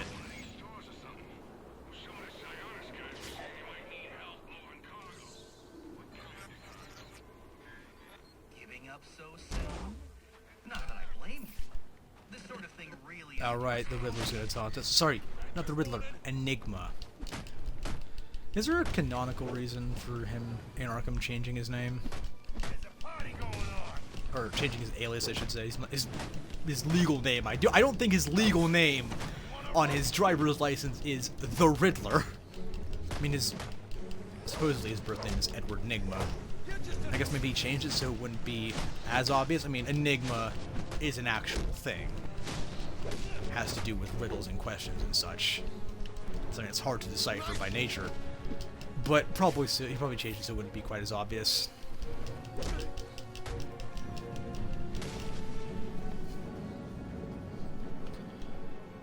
Okay, we're an hour 14 into this stream. I'm just like with City, I'm really enjoying running around beating the shit out of thugs on Christmas Eve in this case. So yes, on the side of the screen, after the encounter, you can see how it was rated, in terms of my combo and all that, my hits I got in and whatnot, and how fluid my combat was. I'm pretty sure that continued in Night. It was not present in City, so this game actually did have quite a few, like, quality of life improvements that were later on continued in Night. I am going to be cautiously optimistic about the new Suicide Squad Kill the Justice League game, because it is going to be at least partially live service. Although it said it's designed to be played in both single player and multiplayer, unlike that garbage Avengers game. That game was shit. Like, I had that game on Game Pass. It was on Game Pass for a bit, and I still didn't want to fucking play it. I tried to play it for a while, so I could do a game review on it. It was so painful, I couldn't even bring myself to do that. What was it, like 3 months after launch, the game had less players online at the time than Black Ops 2, which had come out about a decade prior. Black Ops 2 has more players now than it has in years because they repaired the servers after the Activision and Microsoft merger, at least for Xbox. However, back then it was a glitchy mess. That was not the case. Okay, let's scan this anarchy tag. Hold up.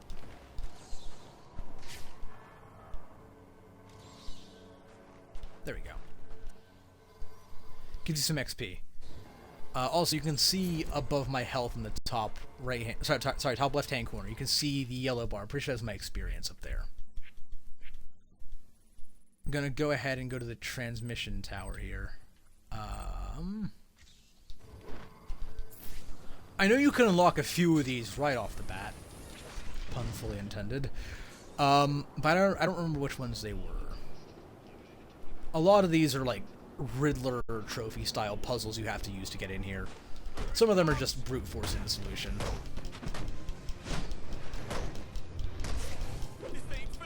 I think the Riddler missions in Night were an example of, hey, we had this cool thing, the Batmobile. It drives like shit because it kind of uses Warthog controls and kind of not. Let's make it do precision driving.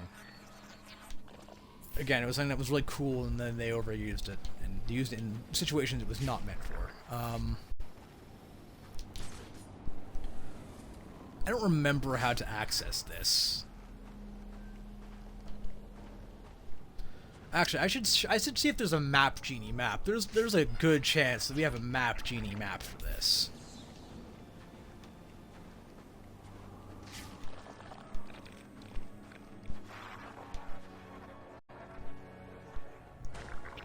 Oh, I can see it's actually down here. Hold on. I'm in the wrong area, I think. Again, some of these you can just straight up not access until you have certain items. I don't think this is one of them, though. I thought this was... Oh, wait. Hold on. This might be a line launcher one. Because I can see the breakable surface there. I don't think I can glide through. Actually, maybe I can. Hold on.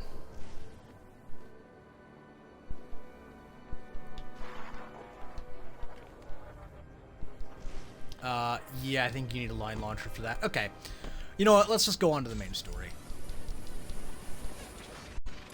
This is fine. I fully intend to do a stream series of this at some point. Like I said earlier, I think my goal for this one is to get to Deathstroke.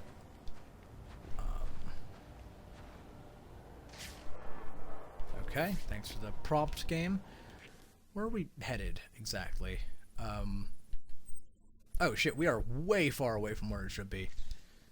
Actually, I would like to try that one first, because I'm pretty sure you can get this one right away.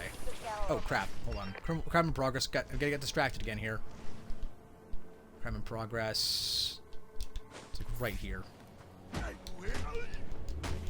think this is it. Oh shit, one of those guys. Yeah, this game throws these... Because I think it expected you to have played Arkham City. It throws these guys at you much quicker than it did in Arkham City. These armored guys, and there's even a guy with a knife here. You didn't get blade dodge guys until quite a ways on in Arkham City. And something else that Night did that I was not a huge fan of. It had some really cool different enemy types, don't get me wrong. But eventually, the combat got really bogged down with special moves, and it just became kind of a pain in the ass to memorize.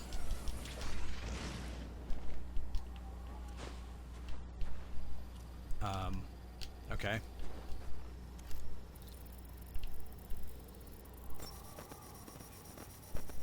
Uh-oh.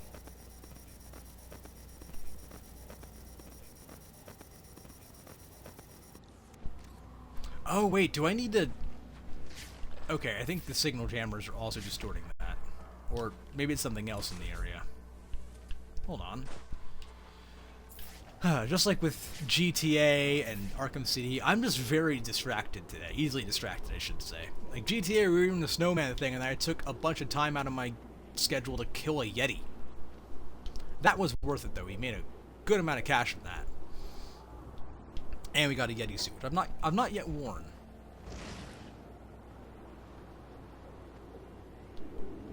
But also it was really funny because I accidentally drove my car off a cliff trying to kill the thing. Ow. At a certain point, we just won't be able to upgrade our armor anymore until we advance in the story. They don't want you completely overpowering yourself.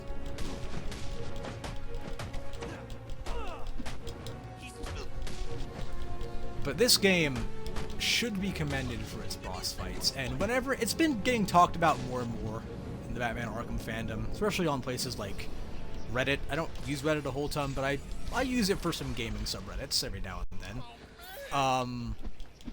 No, I'm not going to tell you what my gaming username is on Reddit. It's not True Gaming United, but you know, I'll go on there sometimes, and it's been getting more talked about in recent years, and whenever it is talked about, it's pretty much specifically for the boss fights. The boss fights in this game deserve praise because they are really well thought out. The characters are really cool. I've always been a fan of Deathstroke, or Slade as a character, especially since he was kind of reinvented for the Teen Titans show.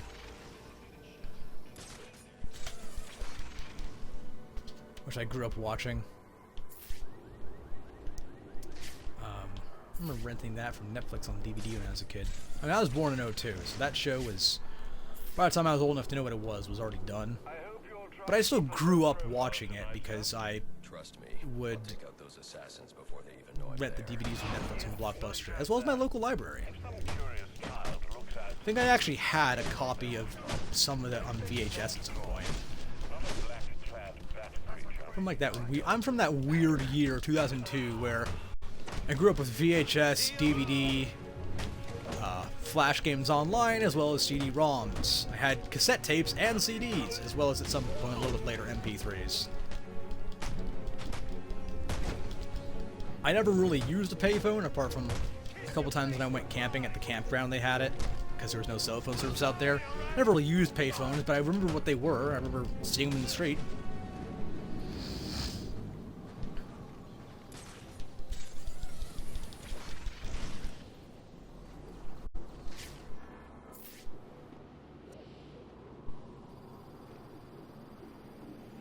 I'm gonna go take a look at this radio jammer tower, just because I want to have a drop point on each side of the bridge. Because while this game does take a lot of its, like, pretty much the entire, at least a large part of the Arkham City map is also present in this game, they really expanded upon it. Not to the same level as Knight did. I mean, Knight just used a whole new map. Well, Tears of the Kingdom just took the same map as Breath of the Wild and put some new things in it. This game expanded upon it.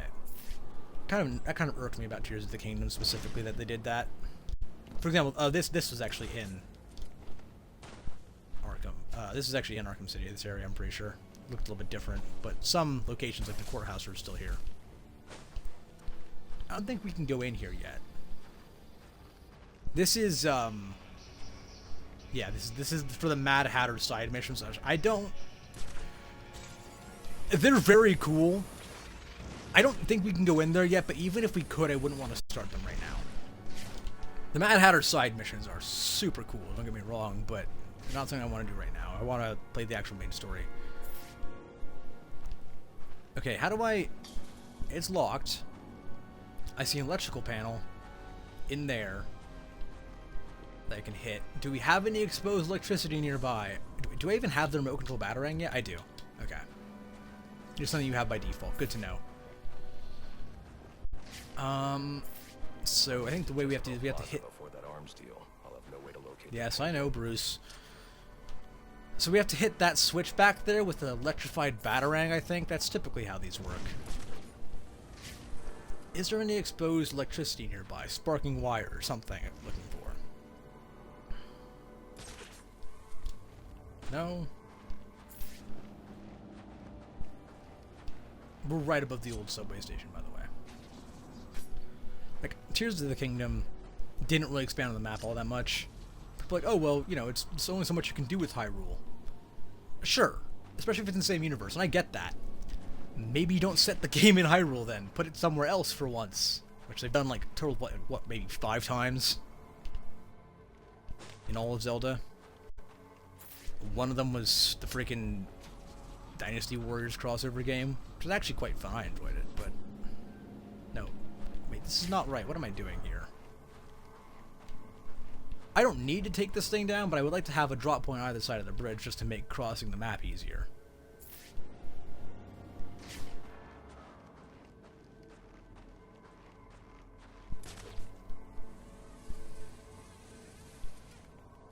It could also absolutely just be a red herring and it's not how you're supposed to get in there, but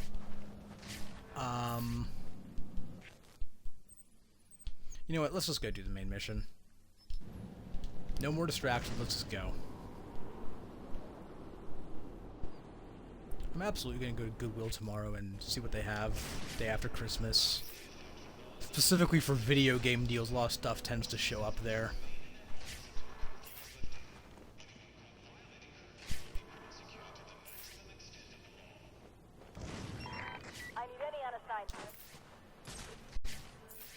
Oh. Wait, this is the arms deal thing. Penguin. Not a dime changes hands in this city he can't tell you about. If anyone knows where Black Mask and his assassins are, it's him. But Penguin's hard to find. His men are doing a deal here. I'll make them talk. Guys,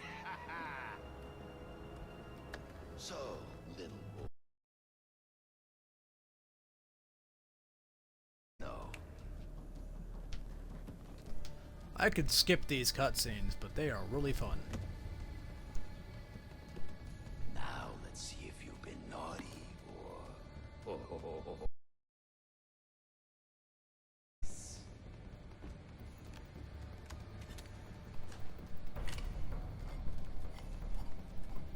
Pumpkin the Santa Hat must be in charge.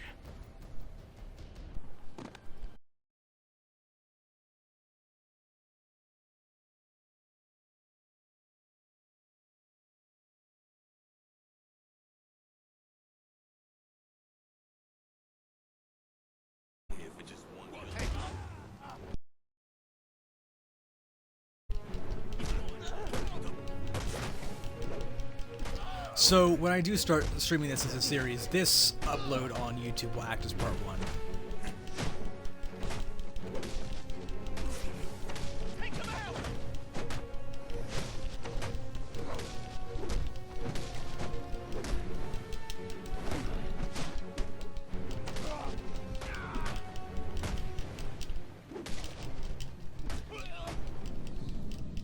Boom! Stop.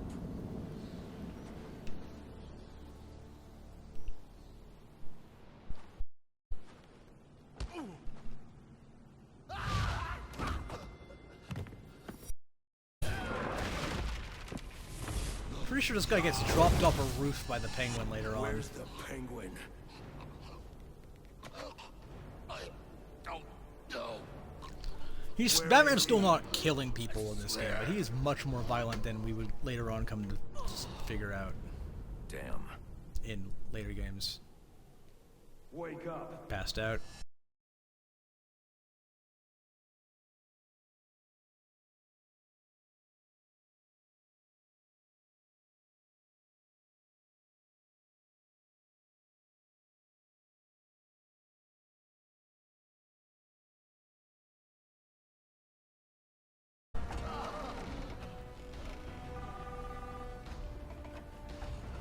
People at this point really don't seem to realize that Batman doesn't kill people yet. Stop. I'll call him. Too late. I already have what I need. I thought the penguin dropped him off a roof later on, but actually dropped him off the roof. Oh! You're freaking crazy.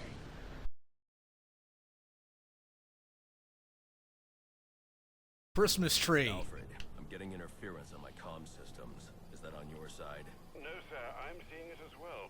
It's from the nearby GCR tower. It's the same signal jamming the Batwing's auto-nerve systems. I've highlighted the tower on your map. I'll need to stop that signal Sweet. before I can track down the penguin. Also, the only thing stopping that Arkham City VOD download from being absolutely fucking massive is the fact that it was in 720p. And people sometimes comment on the YouTube stuff or on the Twitch stuff asking why it's only in 720p.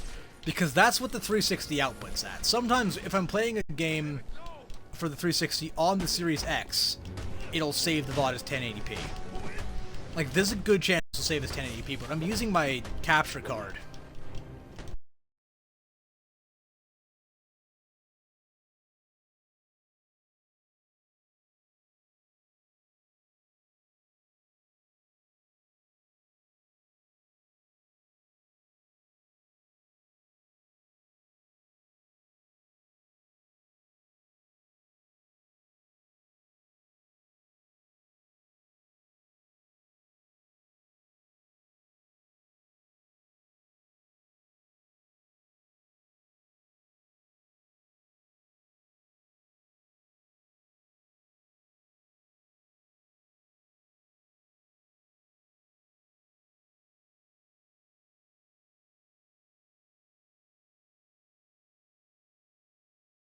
Achievement Hunter used. That's what Rooster, that's Rooster Teeth. Well, Rooster Teeth, channels I watched as a kid used Elgato.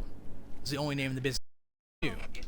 Just like for a while, when I wanted to buy a professional microphone, the only thing I ever could think about was Blue Snowball. Or, Blue Yeti in that case, if I'm talking professional. And those are really good professional.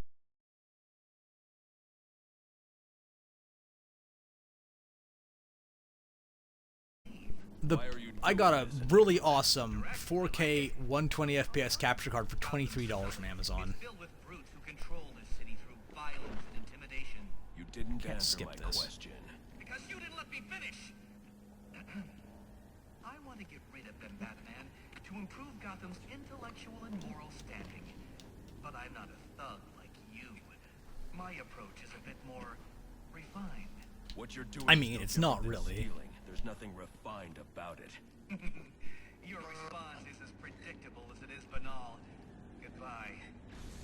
Now I can access the SIM card I took from that arms dealer and hack Penguin's communications. Also, now I've got a slightly better microphone setup.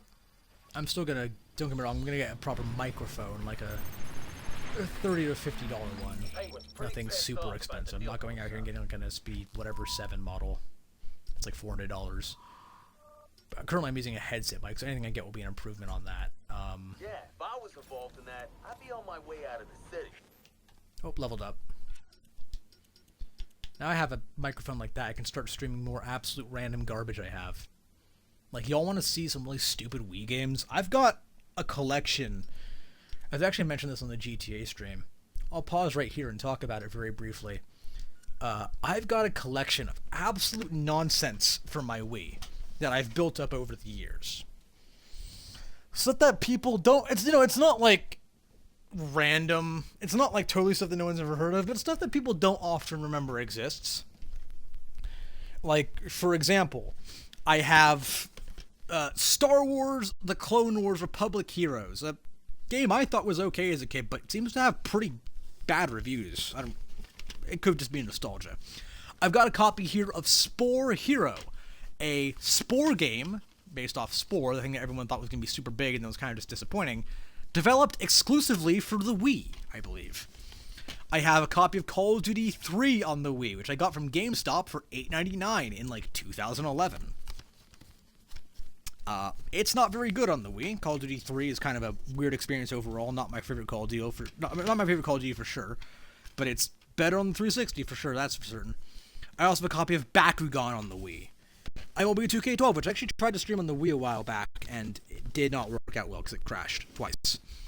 Nerf N-Strike and Nerf N-Strike Elite. I believe those are also Wii exclusives. I really want to stream Arkham City Armored Edition if I could get it to work, but it keeps hard crashing my console. It'll boot up the game and then get stuck on the boot screen. Something that really might be worth doing, as its own video as well as the streams, but some non-stream related content, would be comparing The Force Unleashed and The Force Unleashed 2 on the Xbox 360, which is like the main version that they made for 360, PS3, and Wii. Sorry, no, for 360, PC, and PS3. But they also made different versions of The Force Unleashed 2 because the Wii's hardware was so different. The story is the same, but the level layout and even like certain elements are cut. Mark them on my map. If I can find and hack those walkie-talkies. The boss fight against Vader from The Force Unleashed 2, for example, at the end of the game, is much shorter and easier on the Wii. It took me like 30 minutes on the Xbox 360. I'm certain I was doing something wrong.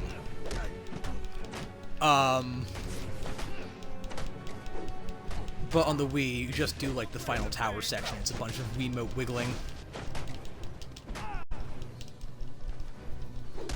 Because I have both The Force Unleashed and The Force Unleashed 2 for Xbox 360 and Wii. There were also versions of those games made for handheld consoles, like The Force Unleashed 2 on the DS, which, fun fact, first DS game I ever bought. I had other games when I got my DS Lite that were given to me, like Mario Kart and such. But first DS game I ever bought, I think, was The Force Unleashed 2, I believe, for the DS. It was basically a platformer. Very odd. I also remember The Force Unleashed as an iPhone game, which basically just had you drawing things on the screen to, like, basically swipe to defeat enemies, akin to, like, Harry Potter Spells, which is another iPhone app back in the day.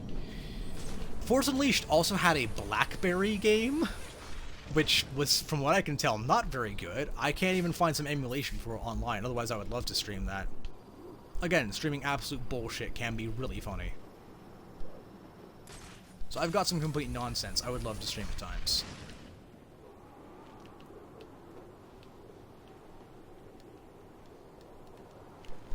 So yeah, once we get to the final offer, which is Penguin's ship, we'll know we're getting close to Deathstroke.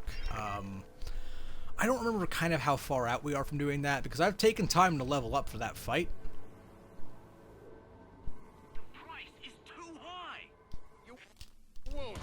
Whoops. I don't know why. I made this mistake when I was playing Arkham as well. Sorry, Arkham City. I keep pressing the start button, sorry, the select button, I guess on the Xbox Series X, it's the view button, to try to leave detective mode. I don't know why I do that. The detective mode is basically like Eagle Vision from Assassin's Creed, and in both cases it's tasked to the left bumper. So I don't know what muscle memory is making me do that.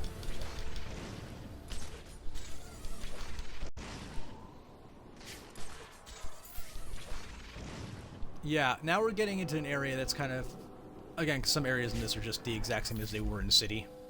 Oh no! It's that bat freak! Can we go in the church? No, it's okay, the church is actually locked. You can see the bottom of the door. I'll show it off in a second. You can see when doors are locked, actually, in detective mode. It's very nice. Because it will be unlocked at some point. Because if it's a location you can go in, it will have a visible door. Sometimes it just straight up won't have an actual door you can use. It's just an empty building.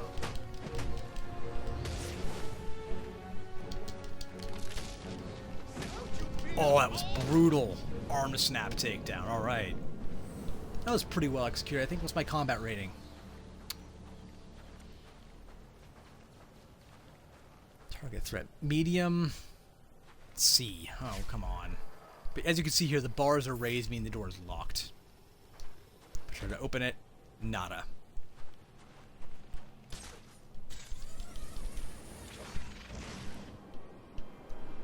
I might stream some more Arkham City tonight. I'm not quite sure. I have to. I'm going out to. I don't have. I'm not. Oh, I have to. No, I'm going out to the movies later on. Oh, holy shit! Sorry, my alarm is going off. Like my actual alarm clock. Hold up.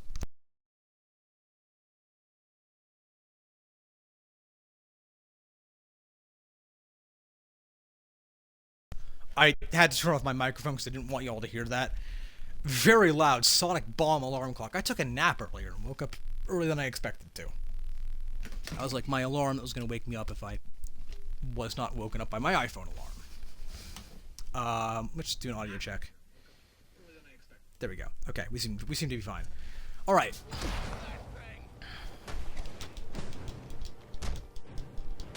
What was I saying? Oh yeah, movies. For those who don't know, I am Jewish. So, Jewish tradition on Christmas, Chinese food, and a movie. Going with my friend deciding between Aquaman, Wonka, or Ferrari. I want to see them all at some point. We actually have a pretty nice theater in Medford. We're talking heated reclining seat nice.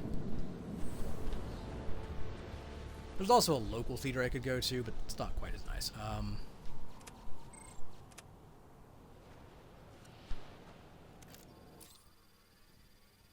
We actually did have a big Cineplex here in Ashland, like an 8-room theater. Then COVID happened and we lost it. Instead now, every room inside has been turned into an individual store. There's like a barber shop, a bagel shop in there. Then I'll be able to triangulate Penguin's position. And mess with our shipment. I'm saving his own ass. So next time He's on the boat. you better rub the Oh yeah, I said I was gonna do the Scarecrow Easter egg in Arkham City yesterday, and I didn't do it. That's right.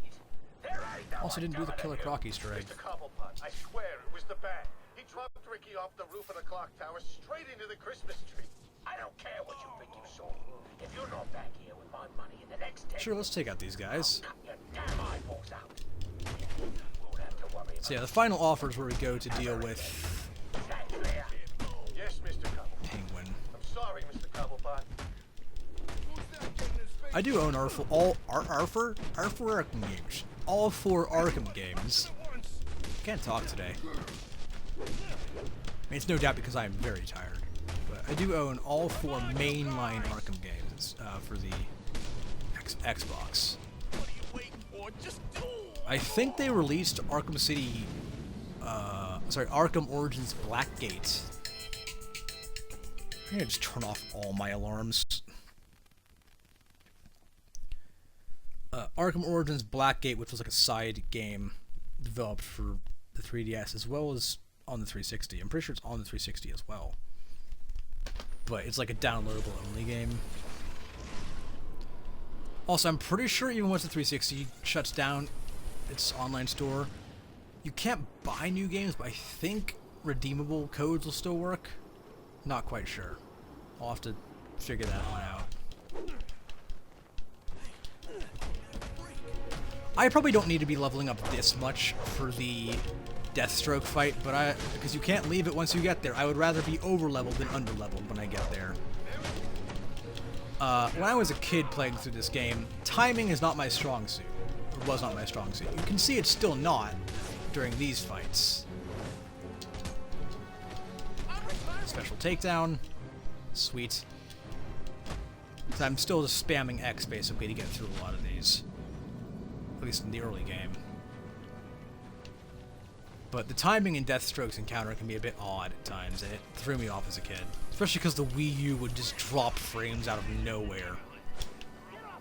I mean, you know, as I am here. Back in the game. Oh yeah. I actually make an order for my Chinese food. But yeah, I'm going out to the movies tonight, so. Your mask is mine. Is there any way to talk you out of this? I'm not going to be streaming for a while. I might stream later on tonight. My plan is to get very drunk and stream something. I'm not quite sure what.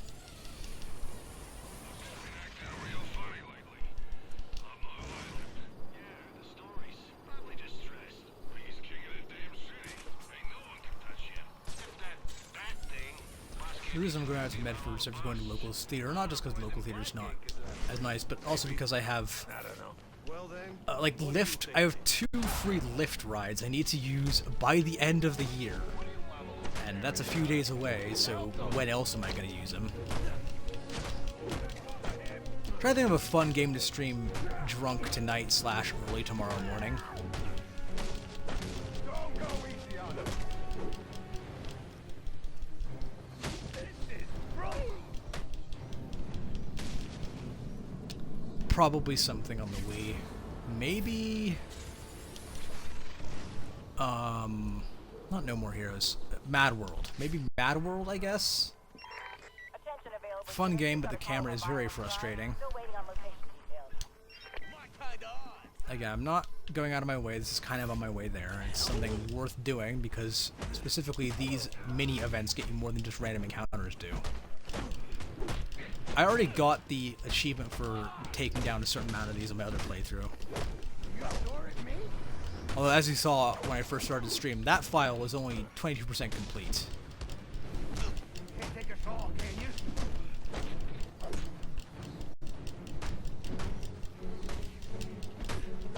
These guys are annoying as shit at times. Oh crap, that's a blade. With these tough guys, you kind of have to, you don't have to do them last, but you probably should, because you have to do a combo to take them down, and if you get interrupted by another enemy, you have to restart the whole combo.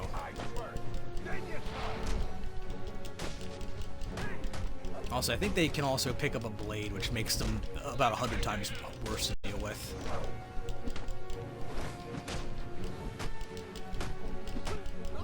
As you can see there, I tried to initiate out the sequence. I fucked up this encounter. This is not going to be well rated for me. There we go. Gotta initiate the beatdown sequence. And yeah, if you get hit by another enemy while doing that, it breaks the combo, and you have to start it all over again. Boom! 3,000 XP. Getting close to another level. Okay, total 7,000 XP. What was our grade on that? Probably not very good. Yeah, C. Superior Vigilante. Alright. They're worth doing because they get way more than a normal encounter does.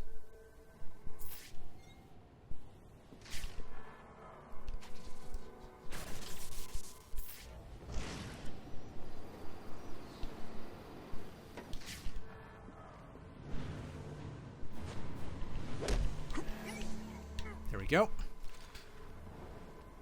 I know I have some ballistic armor upgrades, but bullets do way more damage to you in this game than they did in Arkham City's easy mode, as I've noticed, so I want to do this somewhat stealthily. As I mentioned on the Arkham City stream, I have a love-hate relationship with Arkham Stealth. It can be good at times, it can be bad at times.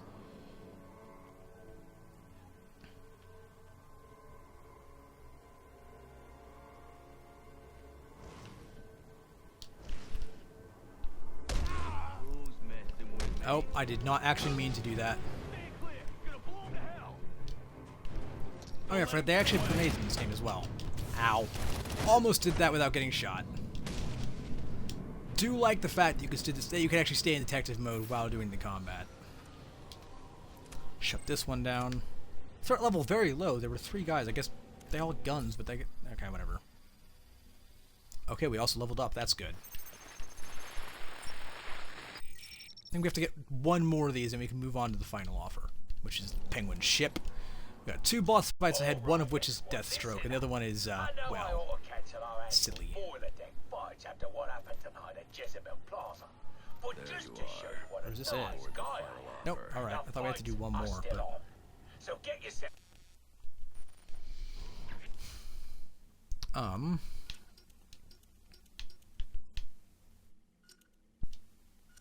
Yeah, okay, I think this is actually as upgraded as we can be before this, in terms of no wonder he's been so hard to armor plating anyway.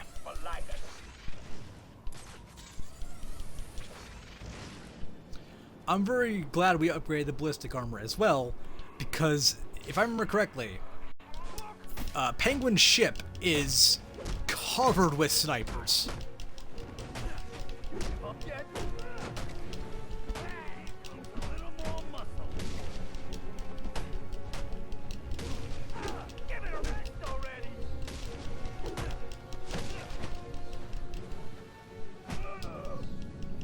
Also, does someone know if Batman Arkham City and Arkham City Game of the Year Edition share an achievement pool? They probably do. I was looking at howlongtobeat.com during my playthrough of Arkham City earlier during the stream, and it kind of perplexed me. So Arkham City Game of the Year Edition has, on How Long to Beat, an average time for the main story of 13.5 hours. Normal Arkham City has a time of 12.5 hours. You would think that the extra time, the extra hour, would come from the Catwoman DLC, right? Because that's included with Game of the Year Edition, but not with the Standard Edition. Although, no, because Catwoman's DLC is an hour and a half, on average. It's listed separately because of that. So that time just doesn't straight... That just straight up does not add up. And also...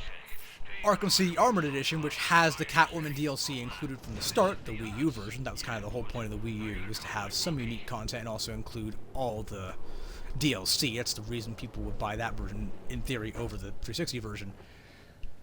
That one which has Catwoman's DLC included from the start, also only has 12.5 hours on average story time. So I was trying to figure out what Game of the Year edition has added to the story that just is not present in the main game.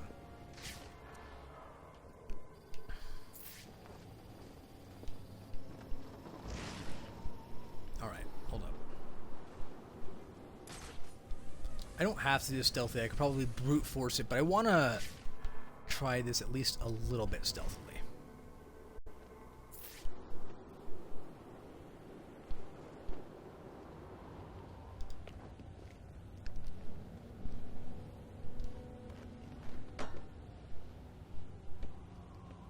Let's see if I can climb up like right behind him and he won't notice maybe.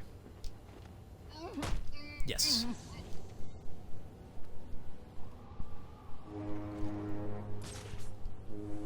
That scared the shit out of me. I thought that was a music cue. That meant I got caught, but no. This is one of those games similar to how I was playing the Modern Warfare 3 campaign. Sorry, the Modern Warfare 3 remake campaign, where I'm gonna try stealth until it inevitably goes tits up, and then I'm gonna go loud. Like, these guys don't move as far as I'm aware. No, okay, this guy does apparently.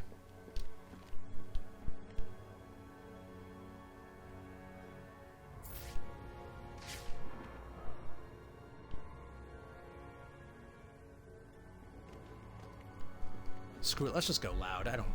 I no longer care. I'm not gonna spend, 20 minutes trying to do this part of the game stealthily. I'm on stream, gotta make this time count. I got my smoke pellets, and I've got as many ballistic armor upgrades as you can have at this point in the game. Some of them are just, as I said before, locked until you have other things which you can only get through story progression. Ow. Also, as soon as I ended the stream for Arkham City earlier, I immediately bought something. Not bought something, I spent a skill point on something. I should mention what it is, because it didn't happen on the stream. I did it like as soon as I ended the stream. Because I did not realize I had an unspent skill point by the time I ended the stream. What I got was the thermal vision blocker, so people with guns with thermal vision, which I don't know how many enemies of that type there are in the game, but they can't see me in the darkness with their thermal vision.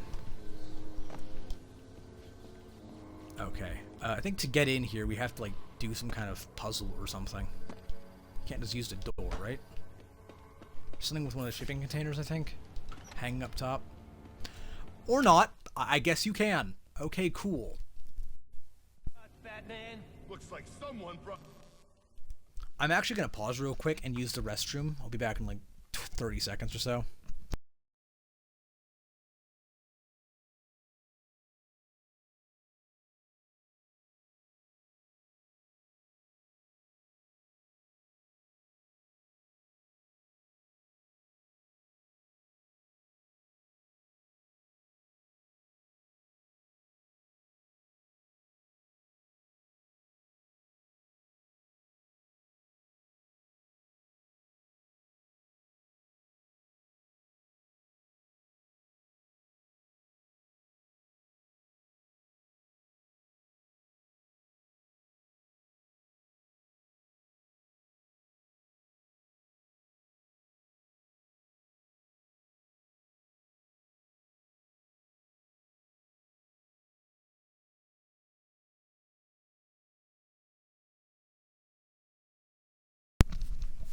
I suppose I could have properly paused the stream. Let me just do an audio check real quick. Making sure my audio is okay. Making sure y'all can hear me. I suppose I could have properly paused the stream. There we go. I could have properly paused the stream there using like the actual pause feature. But I was only gone for like 30 seconds. Maybe a minute. Yeah, again, I've already faced some of these guys out in the open world. These are not new. And it took me a long time to actually realize this, despite the fact it's what the prompt says. But you actually do have to... You can't just press random direction on the stick while using Y. You actually have to match up the direction to the way his blade is slicing. It's not super difficult, but I'm too dumb to figure it out 90% of the time.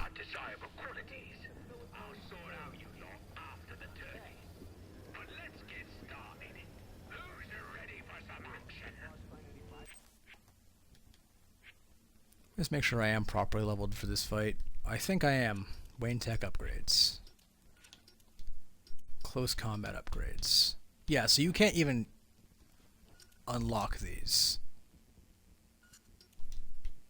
Yet.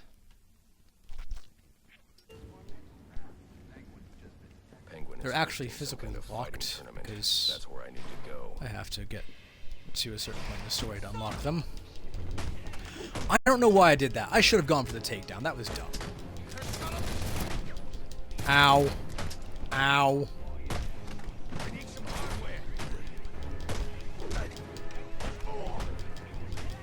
Oh crap, he's got a gun. That's got a pipe.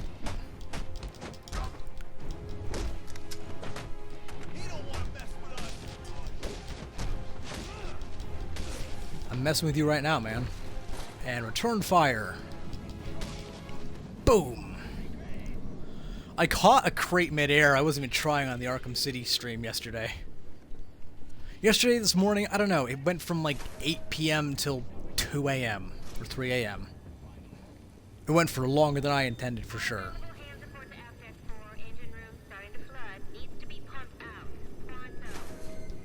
Alright, Candy. Who's her voice actress? Let me figure this out. I can go here and look up,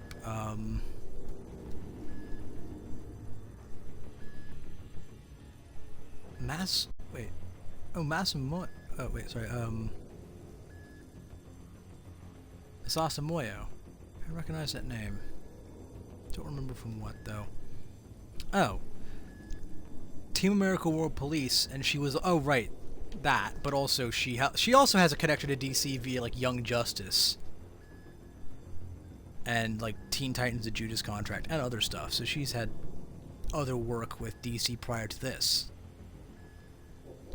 Actually, no, Teen Titans: The Judas Contract came out 3 years after this, but sorry, 4 years after this did. But you know, Justice League, not Justice League, Young Justice was a really cool action show. I think we get the line launcher in here at some point.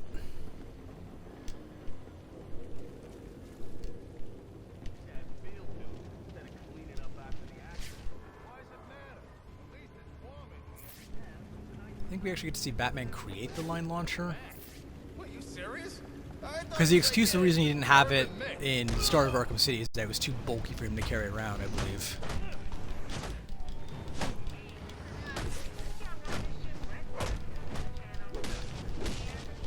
They had to kind of come up with an excuse for why Batman does not always have some of these other gadgets on him from game to game.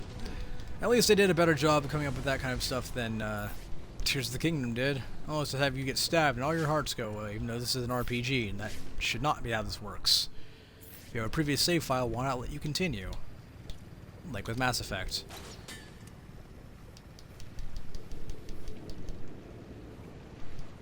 And just like scale the enemy difficulty to match.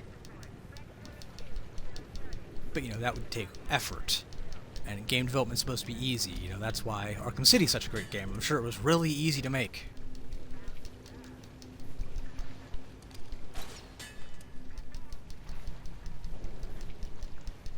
There's like a timing section with rafts in here as well.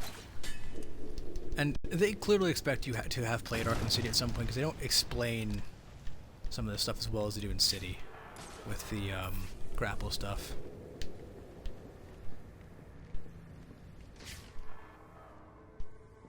Or maybe it's City I'm thinking of, where you have a timing segment with the raft you need to use in order to get out without flying into the spinning gears or the furnace or whatever.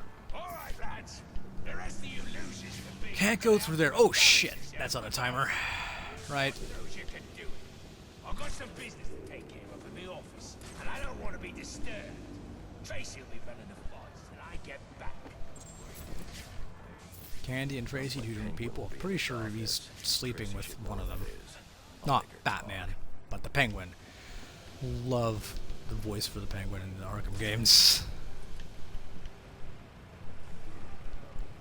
The overly bad imitation British accent is just great. So I think we need like a freeze grenade or something to get through there. I don't know if it's the freeze grenade. I think it's the freeze grenade in Arkham City. It's the freeze blast in this game. as you'll find out, I'm probably going to play all 4 of the mainline Arkham games on the stream at some point. Other 2 being Asylum and Night, of course. And, you know, City and this. There's various gadgets that do the same things throughout the series. Let's just drop in then. Oh, yes. The first real boss fight in the game. It's not a tutorial. Proper naughty.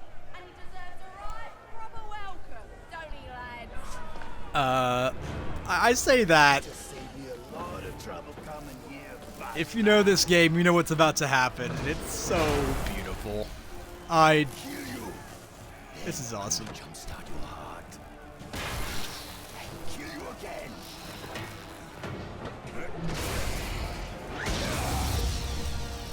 Oh yeah. Big and intimidating. Let's do this.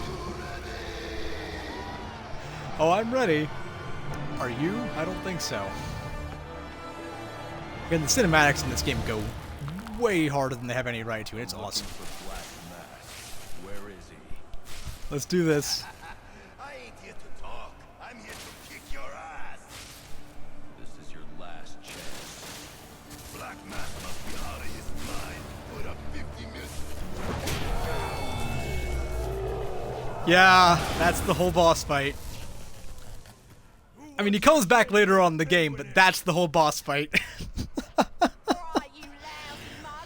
Subversion of expectations in games can be so great sometimes, like in The Force Unleashed 2, when you think you're going to fight a Rancor, and it's really just a pre-game snack for the Gorog boss fight. But that's just so much fun, and I'm going to be honest, when I first replayed this game for the first time in years this past summer, I totally forgot that was the case, and it made me laugh.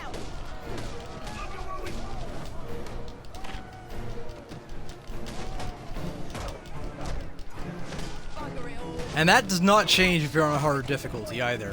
Now, again, the whole gimmick here is that Batman forgot to tie up Electrocutioner. He does come back as a proper boss fight later on in the game.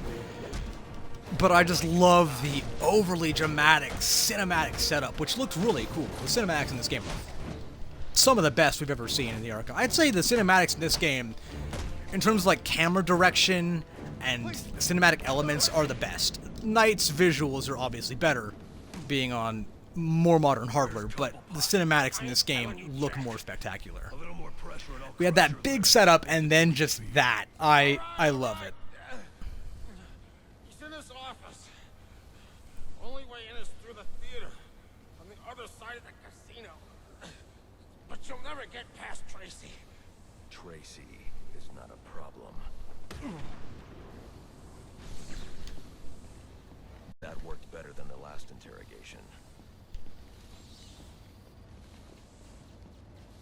Oh, right, dropping the guy off a rooftop. But yeah, the whole thing here is that he didn't tie up Electrocutioner, so we have to fight him again. Wait, what was that? I saw an A prompt. What was that for? Was that just door? No, it was something else over here. This idiot doesn't know anything. They're examining here. Here he is. Finding Black Mask lies with Penguin. Okay. Oh, level up. What did the auxiliary upgrades do again? I can't see any of these yet.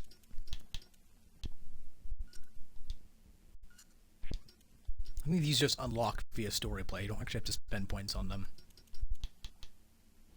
This is the game that really, I mean, you know, these Wayne Tech points existed in previous games, and they were kind of deep in Arkham City, but this game really took it up a notch, and then Knight built off this platform.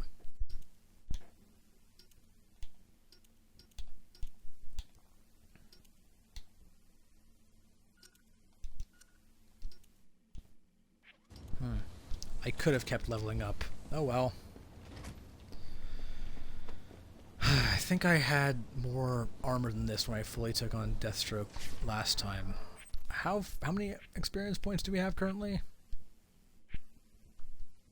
Okay, we will not be leveling up again before we fight Deathstroke, I don't think.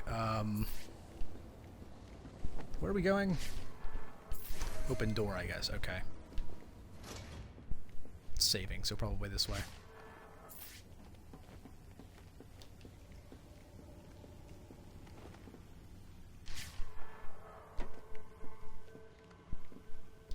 what is over here, huh?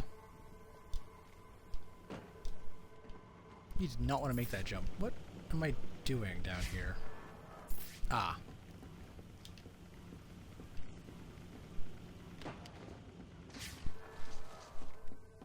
There we go. If Mr. Cobblepot finishes with his guest and finds out you numpty brats let the Batman spoil his boiler-deck fight, what do you think he's gonna do to you lot? Think about it, lads.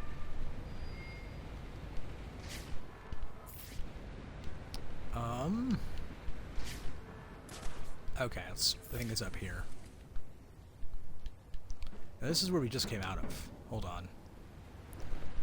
I think it's up here on this side, maybe?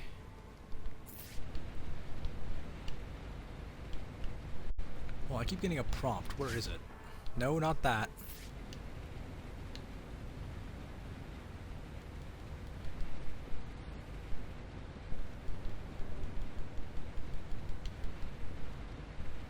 I see that prompt over there, but it's not that one I want to use. It's... Oh, I'm dumb. Well, at least I figured that out within like a minute instead of what I did trying to escape the smeltery building, the Sionis steel mill in City, where I blindly stumbled my way around a game I'd already played plenty of times until I eventually found my way out through pure dumb luck, and it took like half an hour. All because I didn't want to listen to a cutscene.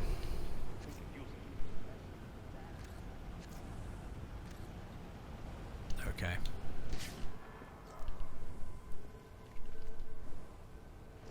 I missed. Right, this is actually kind of an annoying parkour segment. Where are we? Okay, we're going up here, I think. We have to make our way up. I don't know if it's annoying. I definitely remember when I played this over the summer, missing some parts. I think in the summer, I think 22% of the way through the game, I got to like the second Bane boss fight. Or no, I got to where Deadshot first appears, and I lost track of him, and I didn't play the game again for a while because I got distracted with other things. Namely, I went on vacation for a month and was not home to play the game.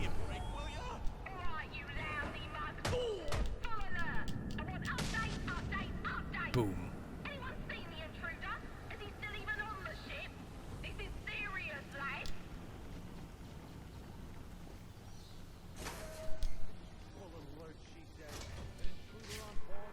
There's an auto turret here, isn't there? Yeah, who'd think the breaking it? It's him! I think there's like a turret that you have to deal with, something like that around here.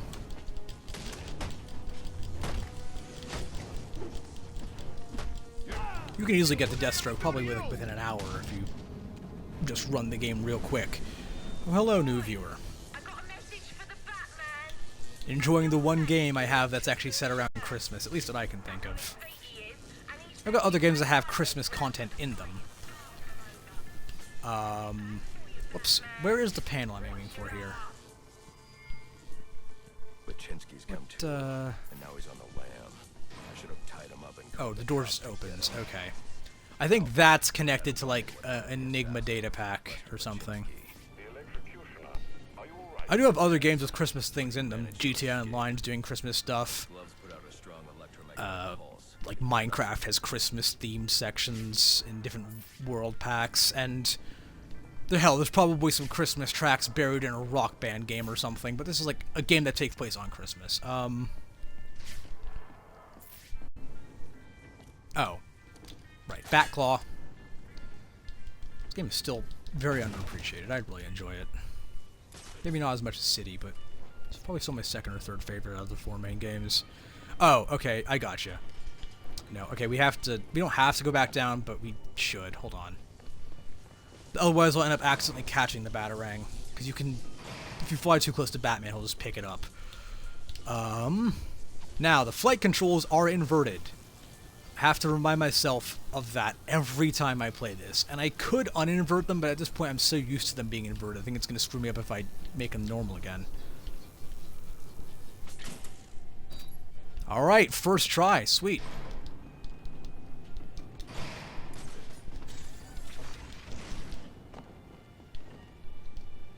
Okay, was that just for a data pack? Oh, it was. Ah, oh well. Well, you know, we got it. And honestly, I think you can return to the final offer after this. I don't think there are any points in the game where there are Enigma data packs you can only collect during that mission.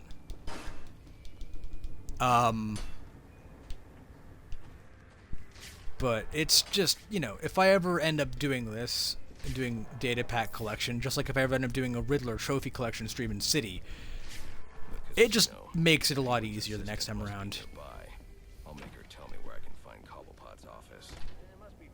Hey, Tracy. Did I go bring it to him? You serious? We gotta move this cash before the bank gets. Alright, well there's no, like, vantage points I can use to my advantage. Heh, get it? Get it? Do you understand the pun? I'm just still surprised at how good this game looks for a 360 title. Like, GTA 5 on the 360 compared to the Xbox One or Series X version, Aren't you a persistent pain in or my the bottom? PC version as well, looks considerably worse. And granted, that game has many more assets to render, it's much larger. But, like, that game drops frames on the 360 fairly often. It gives me a headache playing it for too long. This game, not so much. I got a couple frame drops when I was playing Arkham City, not often, and they were all during cinematics, so they didn't impact the gameplay at all. This, I've not seen a single one. For a game that kind of had a bit of a rushed development cycle, it's really well put together. And again, that's the benefit of having multiple different development teams instead of just one, because this, again, developed by WB Montreal, not made by Rocksteady, but they got the formula down incredibly well. And it's clear that some people from the original games did work on this while Knight was in development. Rocksteady, I think, definitely helped to oversee this, because it imitates the formula very well and adds things that previous games lacked, quality of life stuff like the combat ratings after each encounter that Knight would then expand upon. In some cases, maybe not improve upon, but expand upon. Security gate code decrypted. Kind of forgot how long the section on the final offer actually is. It's longer than I anticipated. No, there's just... Why did those light up? Oh.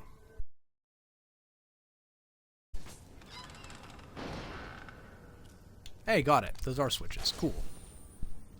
Nice. I don't know why they they didn't remove the trophies. There's one Riddler trophy in this game. But they replaced them with data packs. They function practically the exact same, although I guess these do unlock slightly more lore material. But probably just to be a bit unique while having similar mechanics to what people know, which is always a good thing. Makes the game stand out a little bit more. Even though when I was playing City, I could not remember if Solomon Grundy was a boss fight in this game or in City. Guess we're going back out there.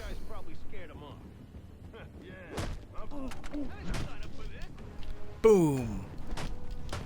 Bada bing, bada boom. What am I doing? What the fuck am I doing? I know I'm not great at timing, but that was bad. There we go.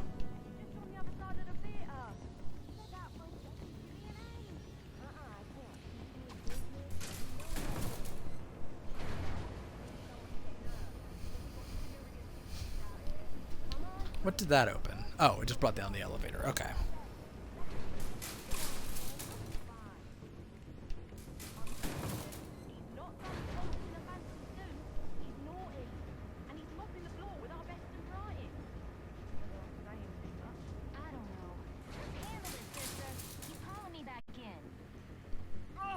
Now I'm really deep in it. Candy! Well, yeah, now I know you are, because Batman is here. I know my speech is a bit off from what it normally is. I'm very tired. I've gotten like 2 hours of sleep in the last 24. That's your least. That should be the least of your worries right now. Your claustrophobia. Enough's enough. Open her up and let me out. 82 beats per minute. Agitated. She's not terrified, but she's agitated. Okay. Cobblepot ain't gonna be happy That's breakable.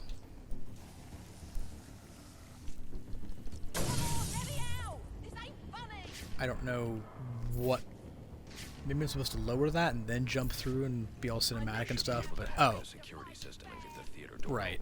Here we go. I think you're supposed to lower the door and then jump through it all cinematic-like, but I did it the wrong way around. Oh well. Again, having the rumble in this is very helpful. It makes it much more tactile. The City doesn't have that feature.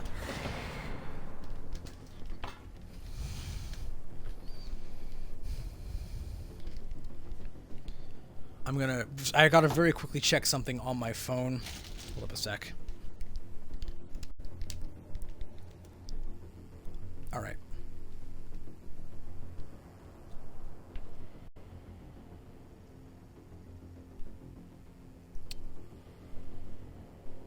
Hold up.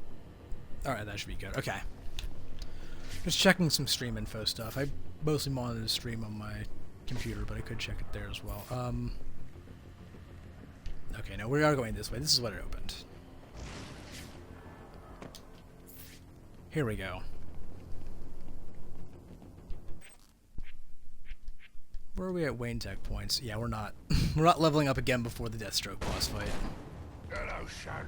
You know you ain't welcome here. And you know I forgot how long the final offer segment really was. I kind of just thought it was Electrocutioner, then maybe 5 or 6 minutes, and then Deathstroke, but no, I forgot about this segment, actually. Just like Arkham City, I played a lot of this game back in the day, but it does not necessarily mean I remember every single level in detail. I remember the story elements, and I remember a lot of missions. I just can't remember, similar to GTA 5, sometimes what order they come in.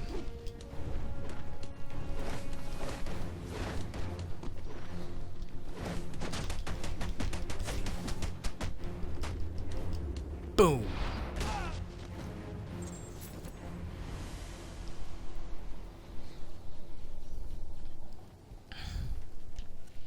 Alright.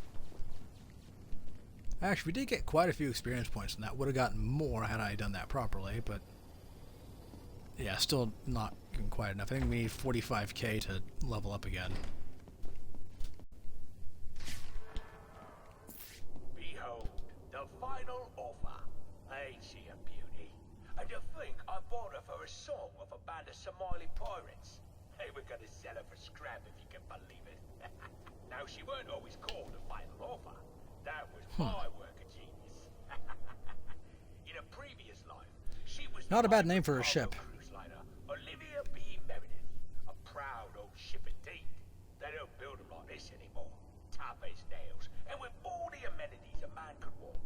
Those pirates don't know what they let slip through their fingers. I'm just mildly surprised Penguin actually bought it instead of attempting a hostile takeover of the pirates.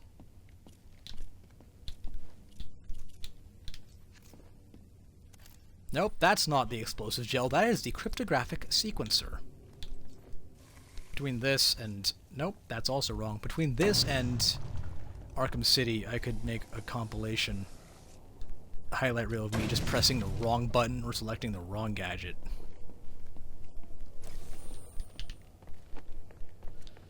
Like when I was trying to use the select button to exit Detective Vision. Again, Detective Vision works very similar to Eagle Vision in the older Assassin's Creed games. Whoops, I fucked up the stealth. Or not. Managed to save it, somehow. Yeah, so Detective Vision works very similar to Eagle Vision in the older Assassin's Creed games. And even down to it being the left bumper on both this and... I ain't never read that book, but if you're the playing type, maybe you should shut your mouth and pray your boss tells my boss what he wants to know. Else both of you are gonna be, what do you guys say? Swimming with the fishes? Oh, that's you thinking that yourself? Love the background dialogue.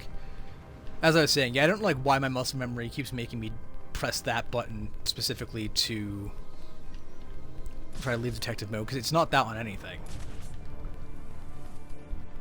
There's more guys with guns around. Oh no. You know what? Sure.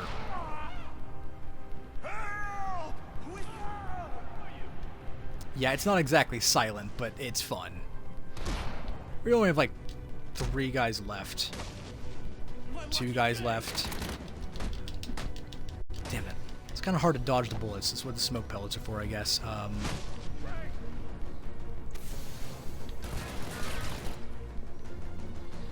In Arkham City, we figured out it was actually pretty easy just to run around them and hide behind another obstacle because their object permanence is terrible, and that seems to be slightly less true here, but not completely. In Arkham City, they seem to have the object permanence of a toddler.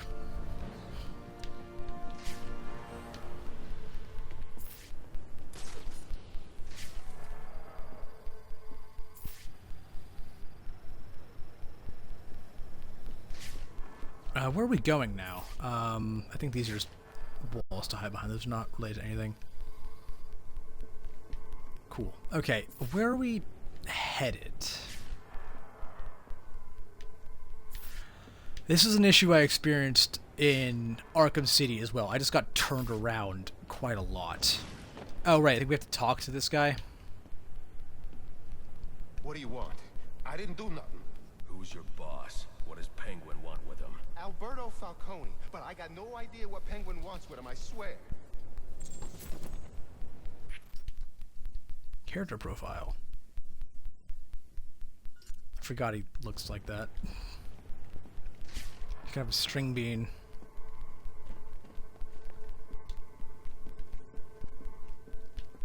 It also occurred to me that in the Sionis Steel Mill, I could have used the map to leave. I just realized that. I could have used the map to find my way out. I'm dumb. Hey, baby. Tried to convince his father to take early retirement. He disagreed and called you a, let's see, psychotic little bastard. Penguin's a much more menacing villain in this game than he normally is.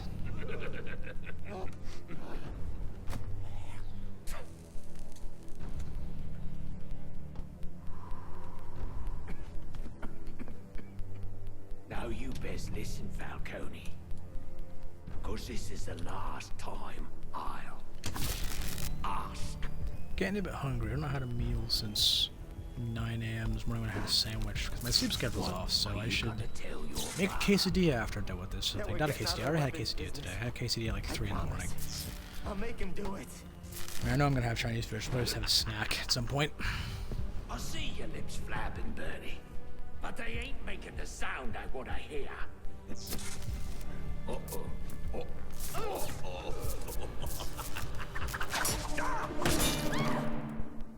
You idiots better keep it, please. Batman let that go on for a considerable amount of time. Yeah, I mean, Falcone's a criminal, so I don't know. Batman in this game specifically is a bit more angry. I've mentioned this before than he is in later games, because it's supposed to be early Batman. He's not a killer, but he did drop a guy, ass first into a Christmas tree, which very easily could have resulted in him getting impaled. Honestly, I kind of love how violent Batman is in this game. He's always the type that he won't kill you, but he'll break every bone in your damn body up until, it's not life-threatening, but Put a bounty on my head. in this game, he is really aggressive, and I'm loving it. You're not a popular bloke in this town.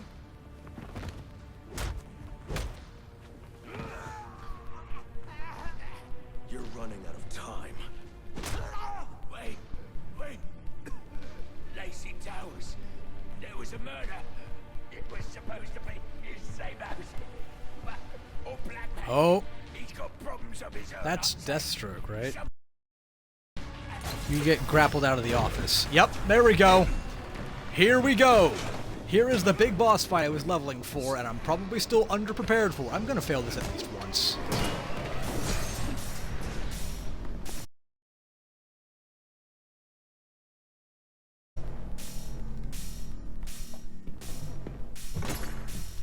You should have kept the sword there, bud. The game is over before it even begins. I'm not playing games.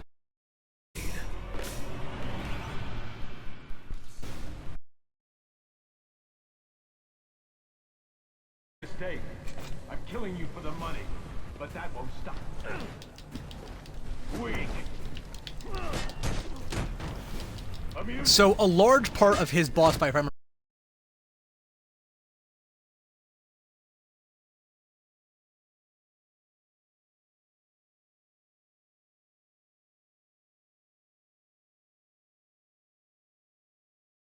a lot here. You play on the defensive quite a bit.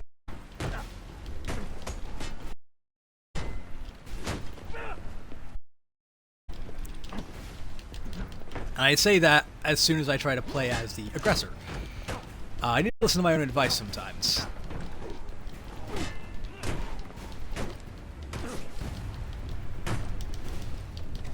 A few things left, I see. Yep. And then there's these, which you really have to nail the timing on some of these. You kind of have to protect until it's time to start beating the shit out of him. It gets more intense when you get down to lower health, and there, I think, is a checkpoint at some point in this game.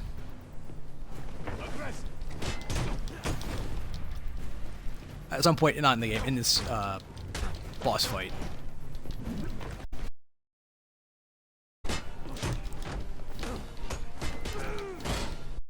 Yeah, so if you fuck up your timing, that's gonna happen to you. Prepare for that to happen to me a lot. You can't get greedy with your strikes, and you have to wait for him so you can counter and get him on the back foot. And things change again, because this boss fight has different phases depending on his health.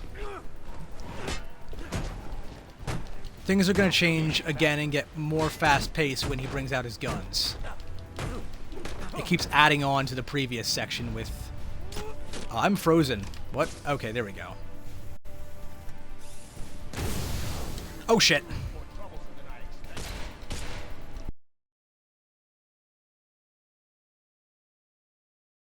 Yeah, so you gotta stagger him, bring him off kilter, and then...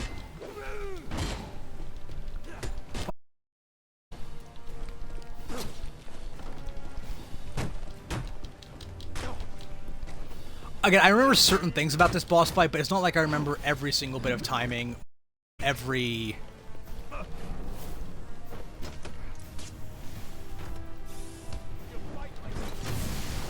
There we go.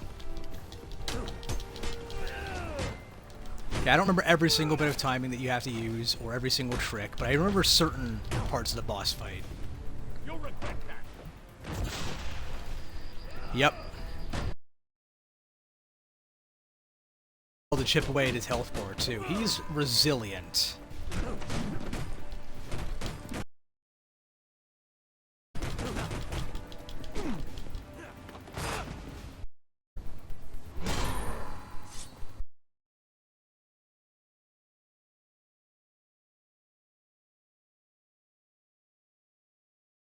I don't know if I tried to do the special combo multi-take down there, but I don't really know if it does anything. We just had a combo from doing the quick time event with him. Oh crap, I forgot you also...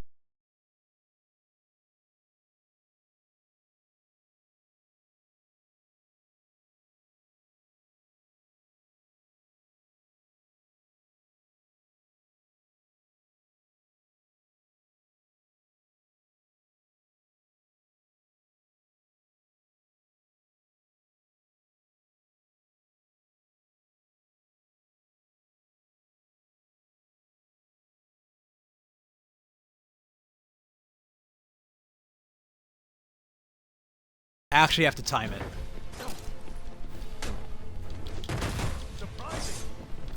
Oh crap.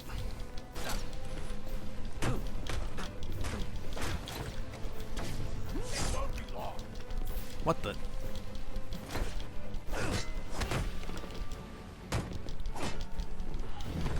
What now?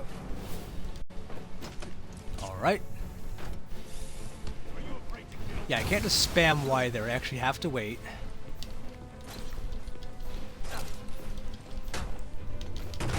That was a mistake.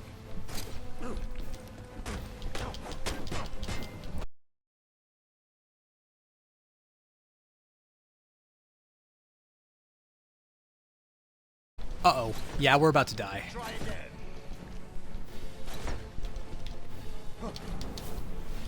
Okay. I don't think I'm gonna make it out of the boss fight on the first try. Health right now is just a bit low. Yeah, and there we go. Probably should have armored up a bit more. I did not think you could get more armor at this point of the story. I thought it was story locked. It's not.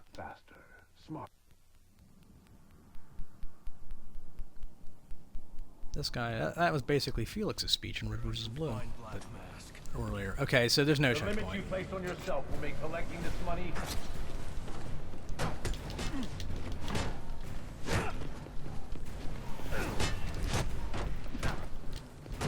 Again, it's a very different boss fight than Arkham City. It's more of an actual skill-based boss fight. Arkham City, you can kind of just spam shit and get away with it. And yet another opportunity you. And again, this is on the easiest difficulty.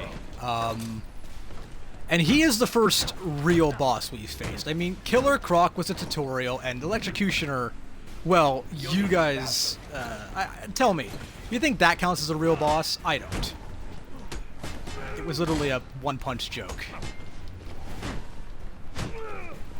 Inadequate. Denied. He also does take quite a lot of time to mock your skills, too.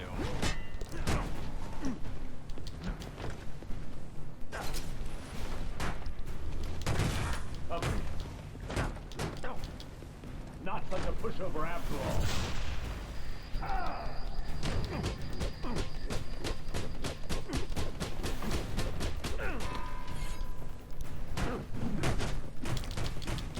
There we go. I could not remember if there's anything else after that I needed to counter.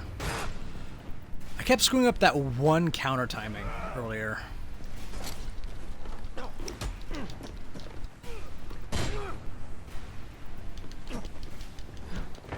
I guess the special combo multi-takedown does actually do something.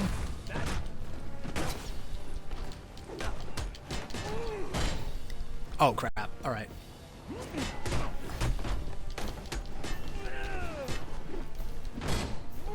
Oh crap, how'd I fuck that up? Nope, ow.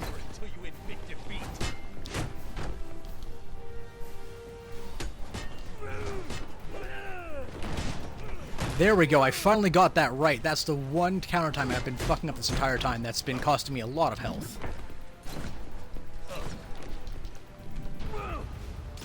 Okay, here we go with the projectiles.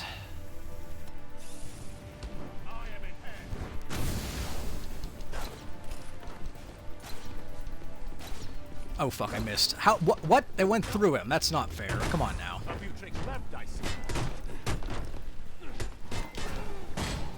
I fucked up again.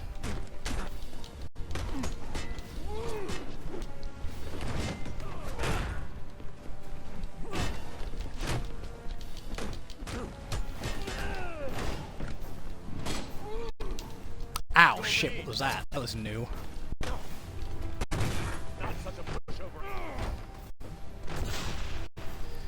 Okay. There's probably a strategy to defeating him. I just have to stop getting so greedy with my strikes and recognize what his different stances are. Okay, we made it to the halfway point again. And there's no checkpoint here despite this being the easier difficulty. Okay. What? I pressed Y. It's not fair. Come on now.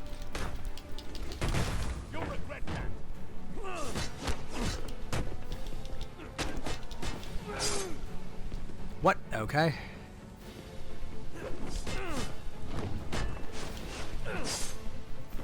What? Didn't even give me a chance to counter the second strike. Okay, there it is.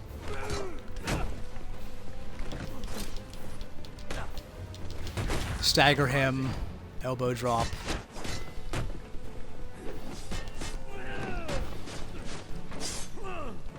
Okay, so if you accidentally press Y even one extra time before the second pop-up appears, you do lose the entire encounter. That's something I just realized. So don't double press Y even on the first counter.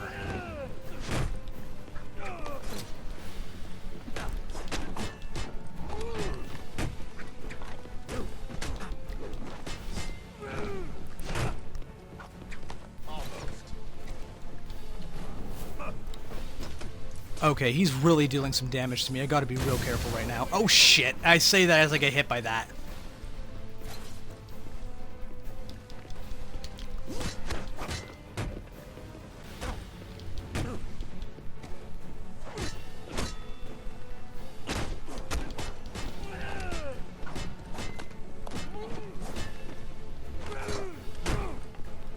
I actually thought I was doing really well, and then I looked up at the health bar, and no, I'm not.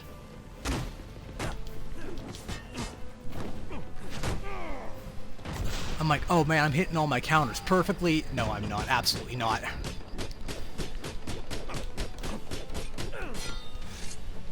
My heart rate's actually elevated to the point where Apple Watch is like, hey, your heart rate's elevated. Yeah, I know, man, 'cause I'm fighting Deathstroke.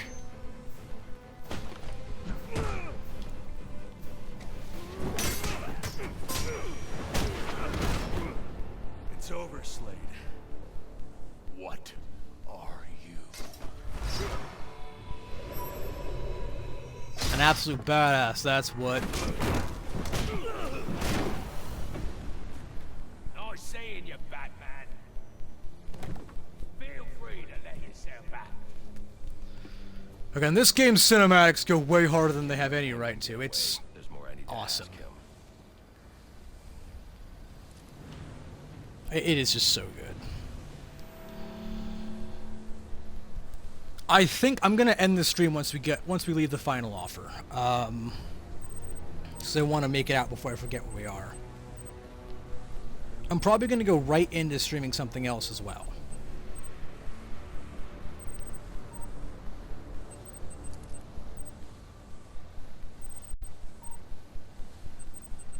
Probably something on the Wii, although I'm actually going to get myself a snack first, I think. It seems like a good idea. Might stream Wii stuff until about 5:30.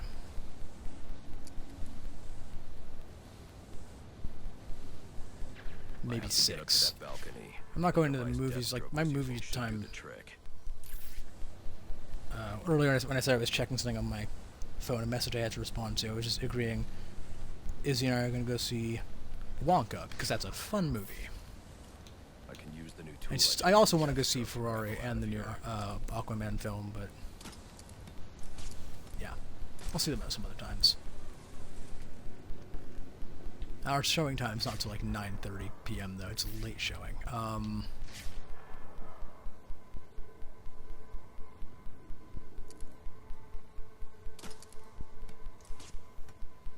What? I think we have to... might be something in the way.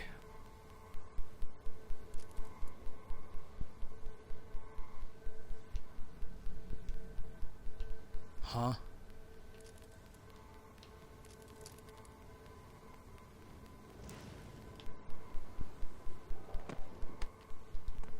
Okay, I guess that works. What are... oh, it's a data pack. Alright.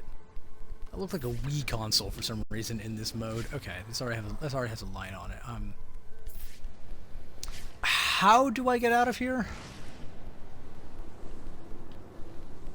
Oh, there's a door here. Let me try that.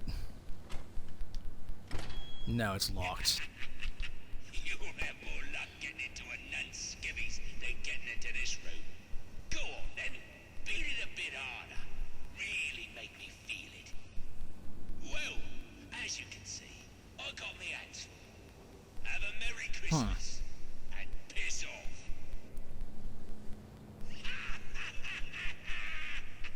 I guess he's sleeping with both of them. Alright. Gonna immediately put...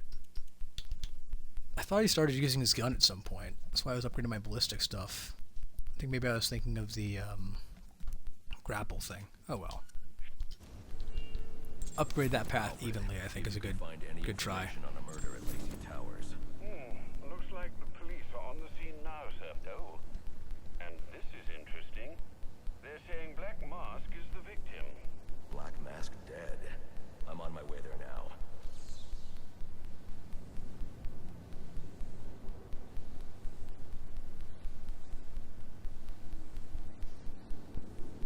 I'm just checking something on my phone once again. Oh, hold on. My charger is not actually plugged in. There we go. That'll actually charge it now.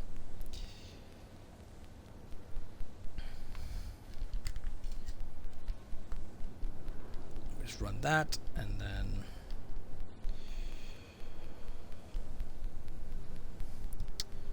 Alright.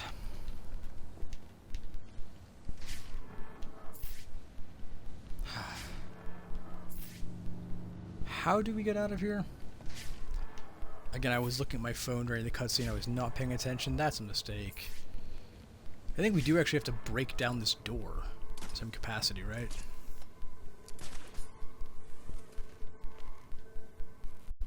Can we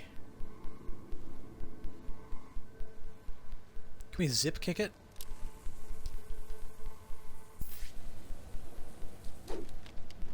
No, we cannot.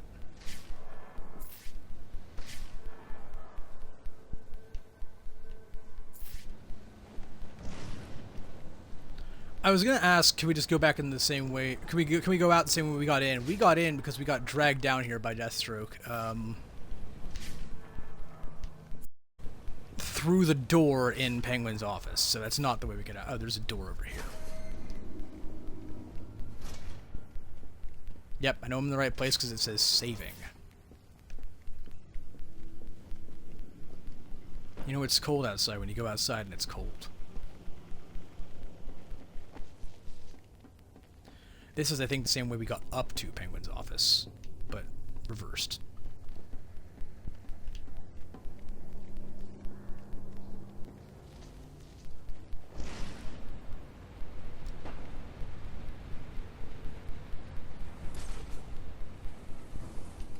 And we actually do have to use the line launcher, I believe, to get out. That's not... I think I've gotten turned around. Oh, wait, do I have the code for this now? I do have the code for this now.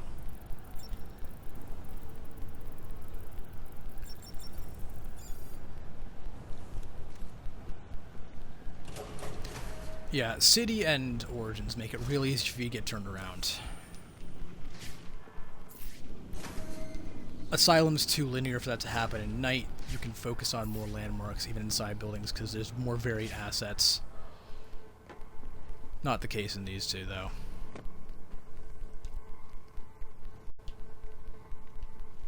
How the fuck do I get out of here? I don't understand. I had this exact same problem when I played this game in like July, over the summer. I had this exact same issue. Oh, there's a data pack there. Hello. That's pretty cool. Okay.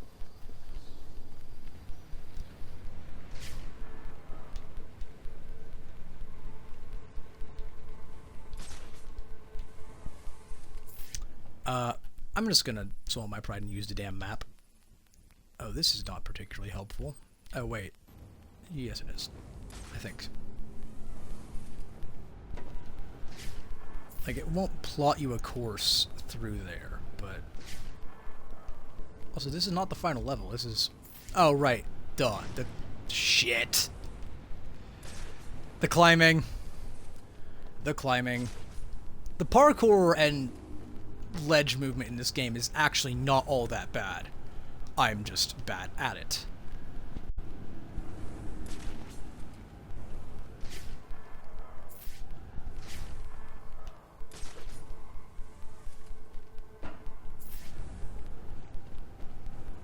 It's the pump room. I don't... Okay.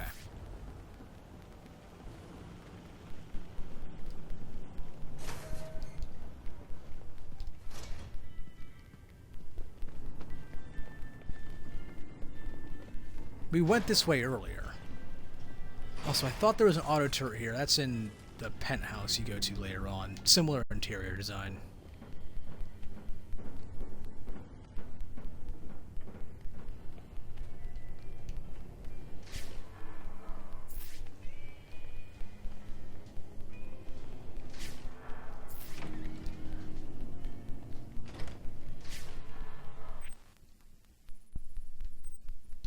Oh, what's this?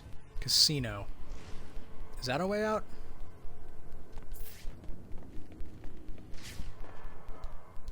Secured it. Okay, nope. I suppose not. Can't go up there. back into the theater, I guess. I'm dumb. No, we're just getting turned around again. This is stupid. How the hell do I get out of here? And this is an issue with these games. The one issue, really, I have with City and Origin specifically is sometimes the level layout will do this to you. It's not super well defined, and exits can be nebulous. Either that, or I'm just totally brain dead, and I'm missing everything. Being hungry right now does not help this, I will admit.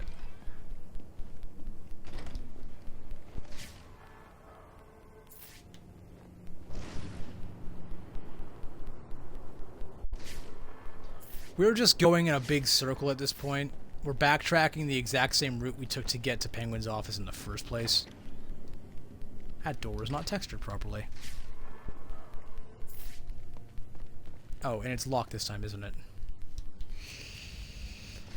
Oh, well that's fucking great, isn't it? How the hell do I... Wait a second. Wait a second.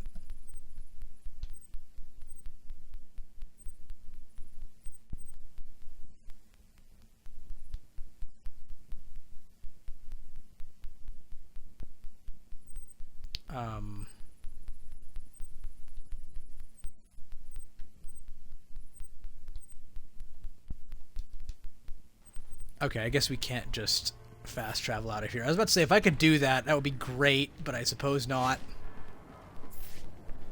There's no way for me to, like, kill myself and respawn at the last checkpoint, right?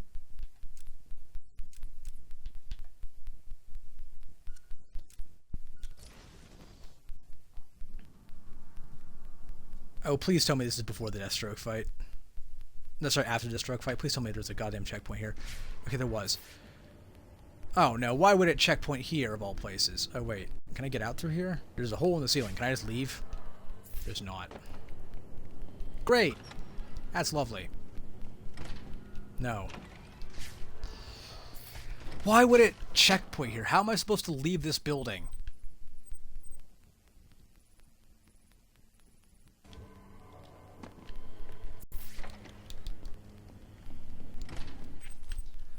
Going through here, is there something I can do with the line launcher to get into the casino area?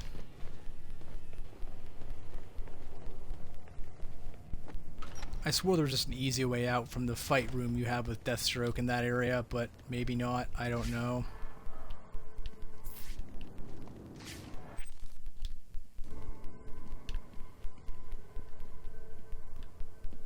This is stupid.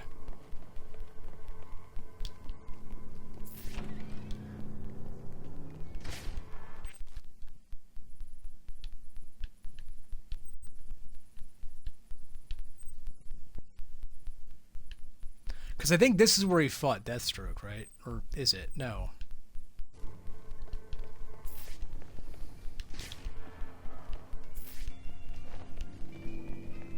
And we cannot run a map overlay.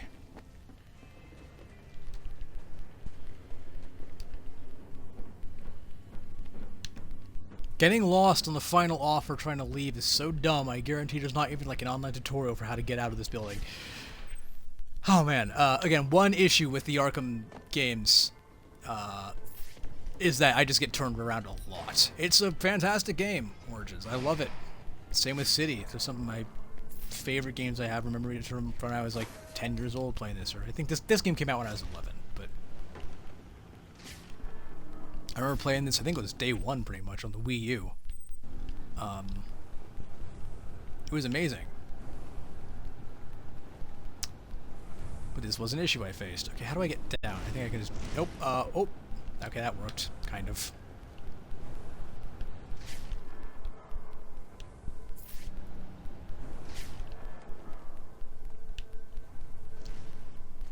I have tried to fast travel out. That doesn't work.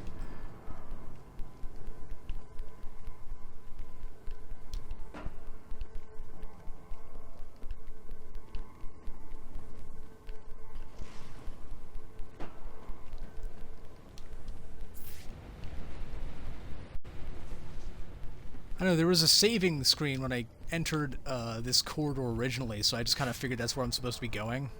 How to get out of here. But I don't know now. This is dumb. Real dumb.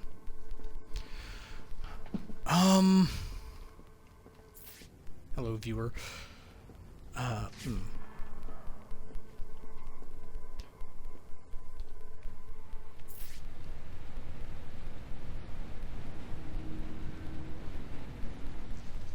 Oh, wait, hold on. There's an up here. There we go. I'm just gonna try to go back to the fight chamber where we had the fight with Deathstroke and try to retrace my steps. Because we can't get out the same way we came in, because Penguin's office is locked.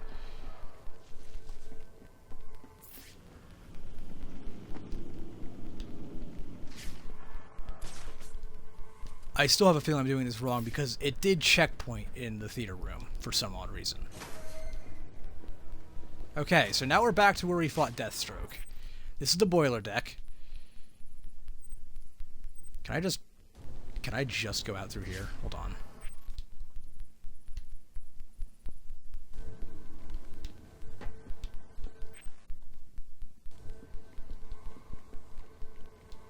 There's a door here.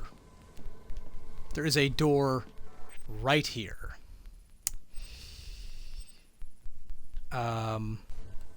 This is also facing the wrong way. But there is a door here. I'm gonna go through here and see what happens.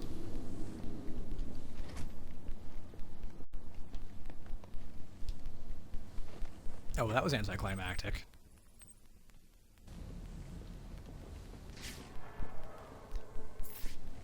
Because Deathstroke's still there. There's a door over here. Is it something to do with this, maybe? Still lost in here trying to find my way out, and it is stupid. Oh. No, that's the way we got in here. I don't even know why I'm bothered trying to stream myself finding my way out of this damn place.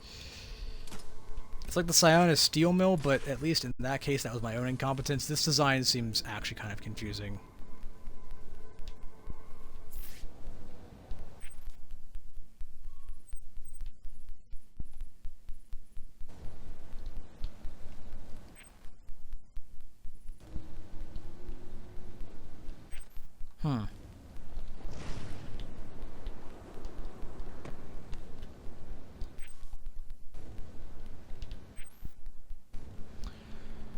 So, oh wait a second, is there a... It's not interactable, because we can't just go through this door, I don't think, because this is locked to Penguin's office. I would just stop the stream, because it's not worth anyone watching this part of it. However, there is other stuff to do while getting out of the final offer. It's not... Fuck off, Siri.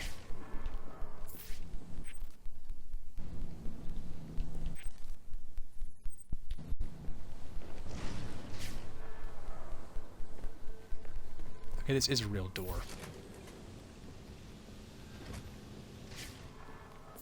Oh. Oh. I feel really freaking dumb right now. This is the part I remember, using the line launcher and the remote claw to get over here.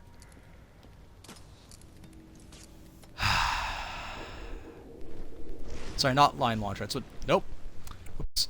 It's called the line launcher in Arkham City. It's the same sort of gadget. I can always keep playing as well. I don't have to stop here.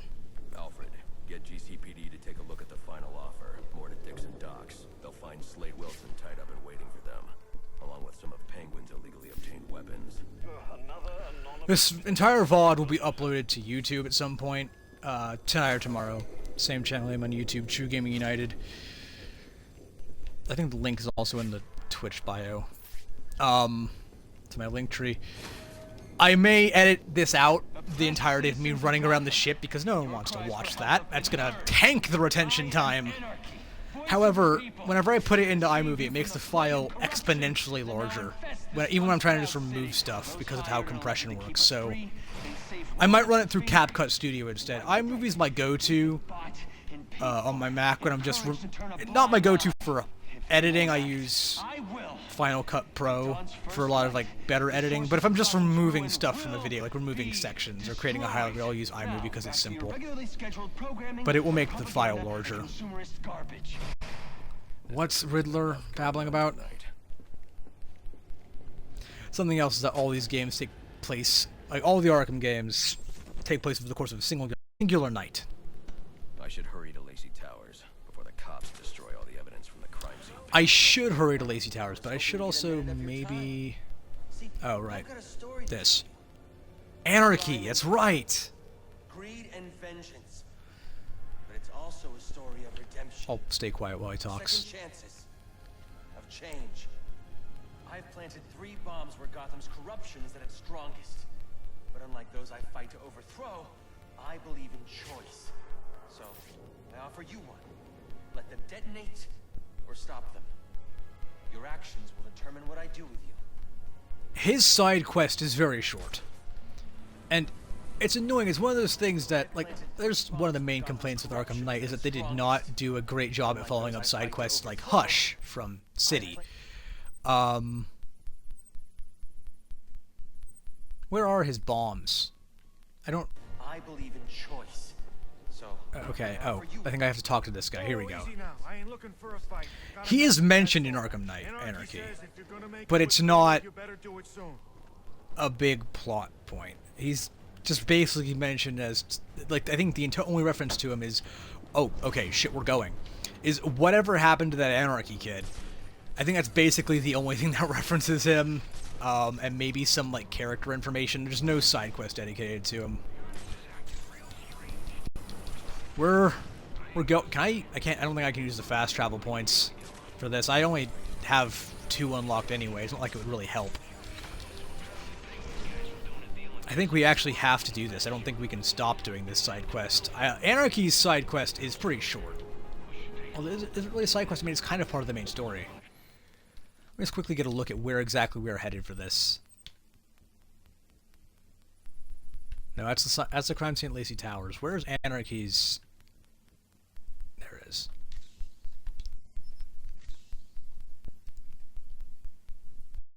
Okay. So we don't have to cross the bridge. I was just checking. There's no grapple point here. Gotta find one somewhere. Grapple point, please. I need to be able to move. Okay, I'm gonna run. I'm not gonna do this fight right now. I do not have time for this. Can I find a grapple point somewhere, please? Hey, nope. Fuck off.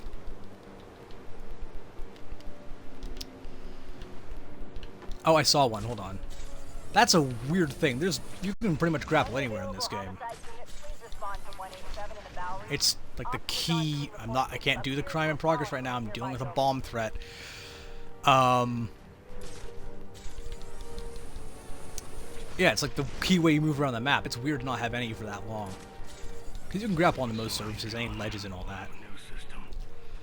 Oh right, you gotta defeat these guys as well within the time limit.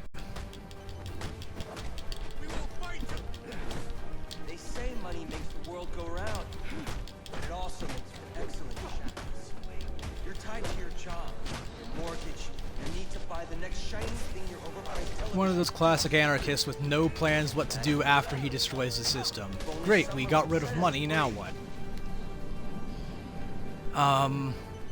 This is the bomb, right? Yes. I don't know if it instantly activates another one, though. So I saw. This anarchy fellow mentioned 3 bombs, which means 2 still remain. I need to find them. I've no doubt you will, sir. Okay. Is it just auto-marked on my map? It is. I'm gonna fast travel to this point. We didn't really need fast travel in the city because the map was so small. I'm glad they added it in here. It's also a very good fast travel system too. It could have been really crappy, but they made it good. So I think the way we do this is we talk to someone at this location, and then the timer starts. We have to make our way to another location to fight the guys at that location. Like, I really wish they'd followed up on this in Knight. And yes, I know Arkham Knight was developed by Rocksteady, this was developed by WB Montreal. But some characters that first appeared in this game, like Firefly, were followed up on in Knight. Hell, they even brought Deathstroke back as a tank drone commander. Yay. Stupid, stupid. Where's this guy at? I can hear him. I can hear Anarchy. Oh, am I stuck? No, okay. I'm in your face. I'm in your head. Just like them. Alright. Talk to Anarchist. Shut 'em up. Otherwise, we'll never be free. But you don't want to hear it. You just want to Okay, this is a new one. Okay, let me take a look at this. Where's my destination this time? Okay, it's all the way over there. Can I use my fast travel system? Its fast travel is locked. Okay, so we actually have to go across the bridge. I just wanted to check that before we did that, because I didn't want to end up halfway across the water and realize, oh, wait, I can't grapple on anything over here. This is very similar to the Cold Call Killer payphone thing with Victor Zsasz and City. Except this one isn't a piece of shit. That mission, I don't think I ever beat that mission. It was tough on the Wii U as a kid, especially because the Wii U would sometimes drop frames during that mission. You would miss key gliding points. Also, because they were more random, right? The payphone calls were more randomized, I think, than this. And there's only 3 locations. I think there's, like, a lot more than that during Cold Call Killer.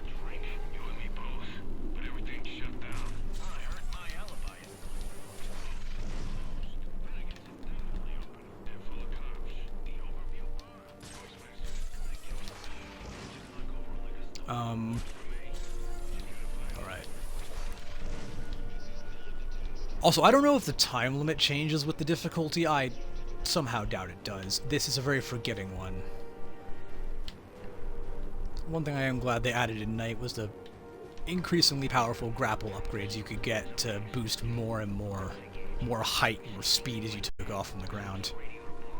Because gliding, it's the primary way of getting around this game. Very rarely are you on foot trying to move around Gotham. But it is a bit slow.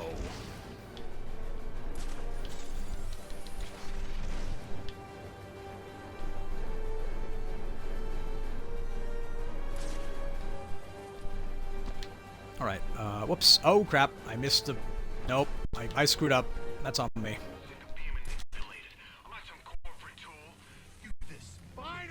I really wish they'd remastered this game when they did the Return to Arkham collection with Arkham City and Asylum.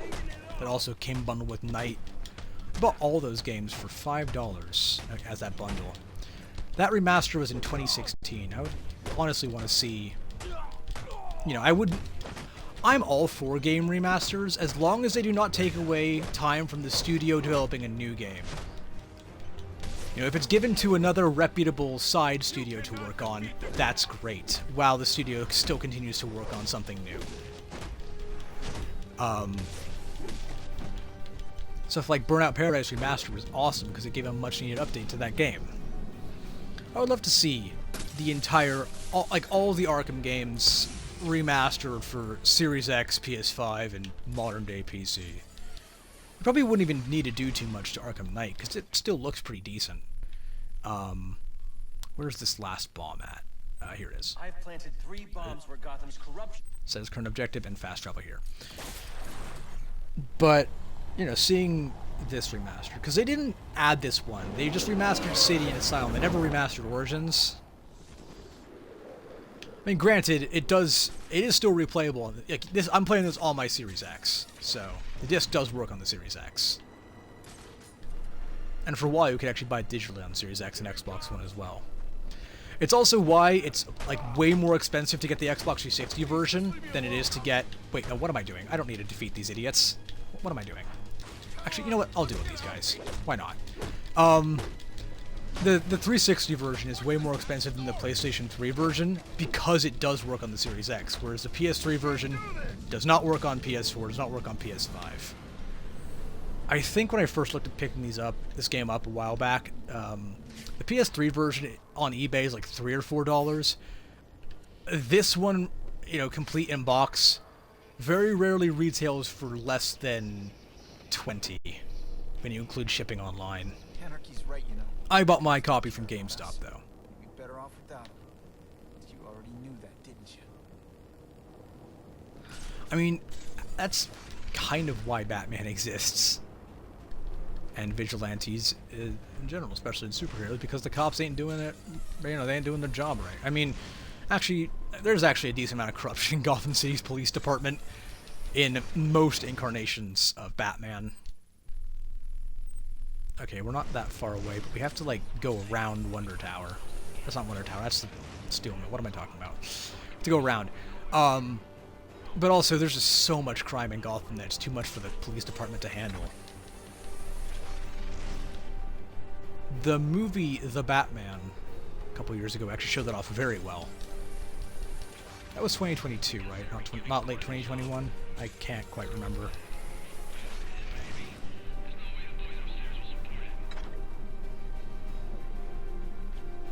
Because it's not just getting there. We also have to deal with the guys that are there. I don't think we can just go straight to the bomb, even if we wanted to.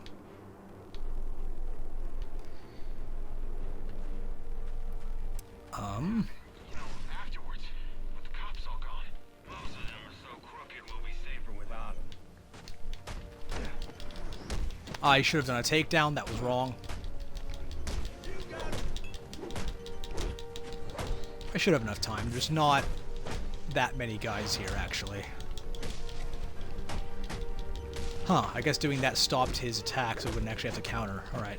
That's interesting to know.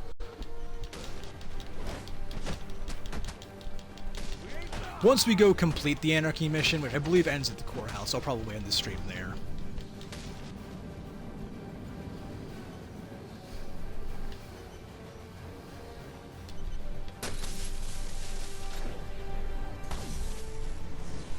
You basically go interrogate him at the courthouse, and that's that. Even after knowing all you did about the places I targeted, you spared them.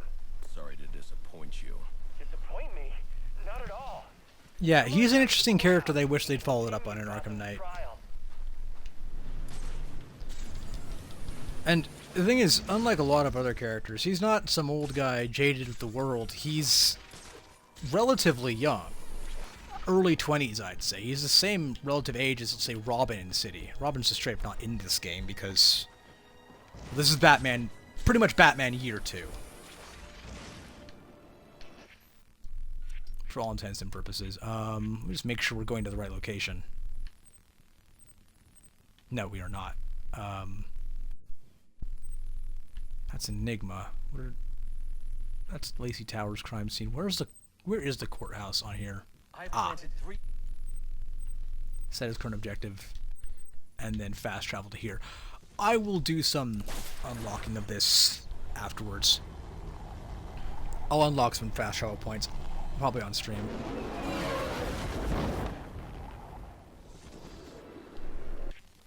Oh, hello. Level up. Let's buy some more of that. Because a lot of the encounters coming up, especially against guys like Bane, are more physical than anything else.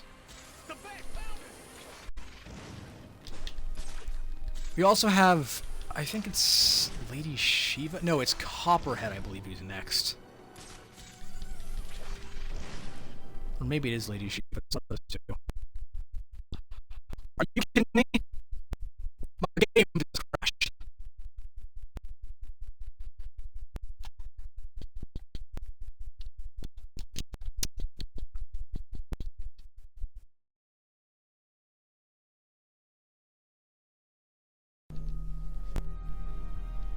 I'm gonna finish this mission. The only question is, how much progress did I lose? This game does have a pretty dependable autosave system, thankfully. But I could have lost, like, if it reset my progress with the bombs, I'm gonna be annoyed. I very rarely ever get games crashing.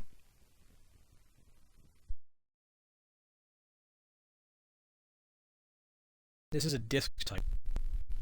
Sorry, it just randomly paused there. I had to sync my cloud storage. I have to do that again in the main menu. I might have to choose my Xbox Live account, so it might pause there for a second again.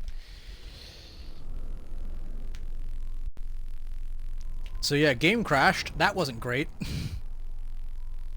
First time that's happened with this.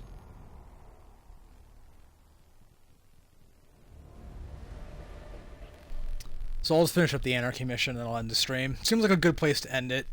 Before we go on to Lazy Towers, that's, you know, something else entirely. I want to stream something in a bit that's probably some random garbage from the Wii. I don't know what. I've got so many random-ass Wii games. Yeah, I know the services aren't available anymore.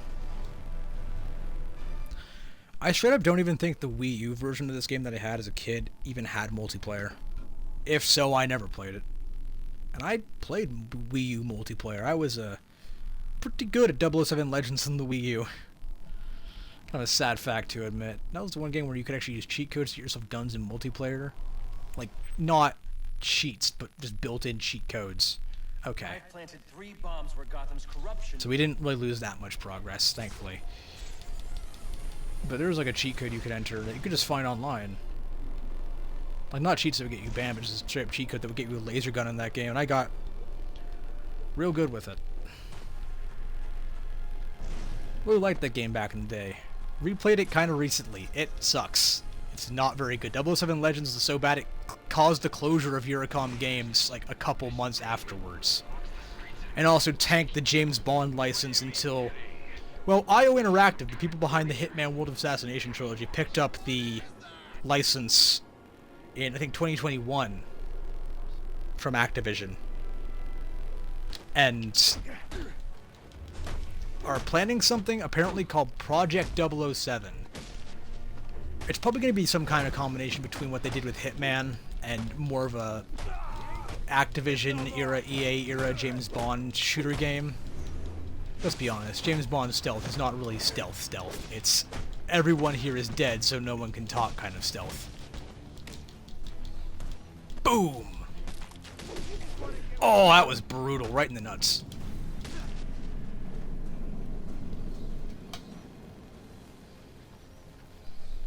That's gotta hurt. What was our grade on that one? Combat grade... B? B. I'll take B. Oh, no, front door's locked. That's right. I think we have to go around. There's a side entrance somewhere, I believe. Is there, or is there... Is it a skylight? There's a way to get into here, obviously. Oh, my friend Ari's online. Where's the door to this building? Ah, crap. I'm gonna go deal with this because it's here and it'll get us a lot of experience. I keep getting distracted in this game because just fighting people in the street is so much fun. Also because we do need to focus on upgrading our abilities and armor and unlocking new movesets before we face... Specifically, I'm not too worried about Lady Shiva or Copperhead. I'm more worried about Bane.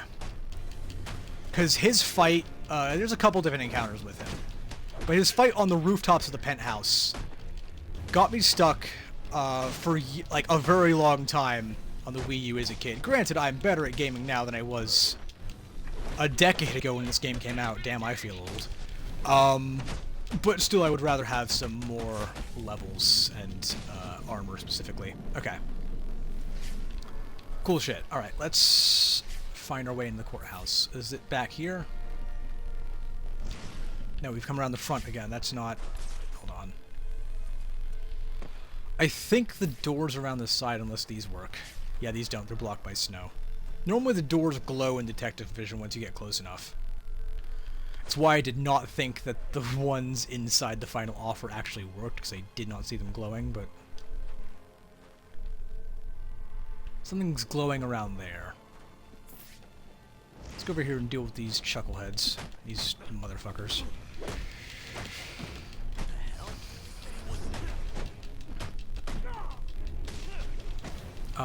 Just because we can. And because it'll make it easier to walk around the building and find the entrance if these guys are not here to be dealt with.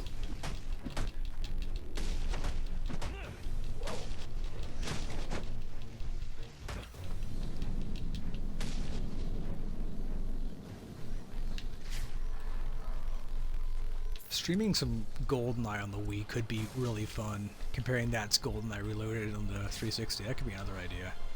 Oh, yep, here's the door. Alright. Sort of know why they decided just to straight up lock the front door. It's story purpose. Unless it really wanted me to fight those guards. Oh right, there's a huge brawl in here, isn't there? Or I'm so glad you came. I think there is. It's an honor, really. There's so much for us to discuss. What do you want? All these VODs I have, I've got this one backed up. I also have the VOD for the GTA Christmas stream. I already have that downloaded. I'll upload those tonight because they're large, and I can't, due to this bandwidth usage, I can't really stream while uploading, so... Because it just makes the screen on the stream go all pixelated and y'all can't hear me. You're just another rich kid atoning for his fiscal sins. Such a shame. We're taking it all! Not as much of a shame as them not following up on this story in Arkham Knight. Again, different developers, but guys like Firefly did get their stories continued, and I think I mentioned this before, but to a very stupid extent, Deathstroke. Why bring back such an awesome character like Slade and just make him a tank boss? You don't even get to see the guy. He just pilots tanks, drones. Stupid use of a character. Again, Arkham Knight was a great game, but overly obsessed with things like the Batmobile. They added a cool mechanic and then way overused it. Made stuff like the Riddler races tedious, especially because the movement controls on console, at least, were not great. They were just very bizarre. The handling was off. Felt like driving a Halo Warthog, but not as responsive. And they were like that on console, and then on PC it was just too buggy for it to work, because... I'm dumb, hold on. I kind of forgot this is an actual boss fight. Because the PC release of Arkham Knight was done by a team known for mobile development. That was an absolute misfire. I don't know why they went with that route. I mean, granted, in 2015, PC was not as big of a platform as it is now, but still. Okay. AAX. Oh, right, it's not really a... He goes down in one punch. That's right. Big boss fight against him. So, what does it matter? I wanted to make a difference. I thought you'd feel the same. I do, but not like this. A lot of innocent people almost died tonight because of you. Innocent? They watched as Gotham went to hell and didn't do a thing! They're just afraid. No, they're weak! And so are you. Is that it? Yeah, that's it. The police are on their way. You ever wonder how things got to be so bad here? I do. All the time. See, I don't think men like Roman Sionis or Oswald Cobblepot are responsible. They're just a reflection of our apathy, our greed, our fear. True. We look the other way when things turn sour, bury ourselves in our jobs, consume propaganda masquerading as entertainment. The message is always the same. I mean, he speaks like a edgy 10th grader, but he's not entirely wrong. Becomes of a society that's given up? Although, his method of going around planting explosives that could hurt innocent people is not the right way to go about things. The penthouse is no better than the guy selling drugs in the corner. They're both doing whatever it takes to get ahead. Never mind the cost. Fidelity. Once upon a time, 91 beats per minute, but he's calm?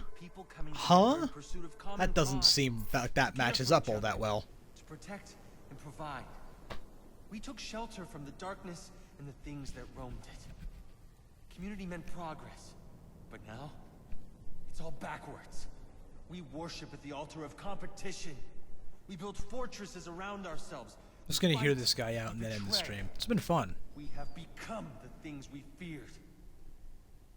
You keep cleaning up after everyone, Batman, and no one's going to learn to take care of themselves.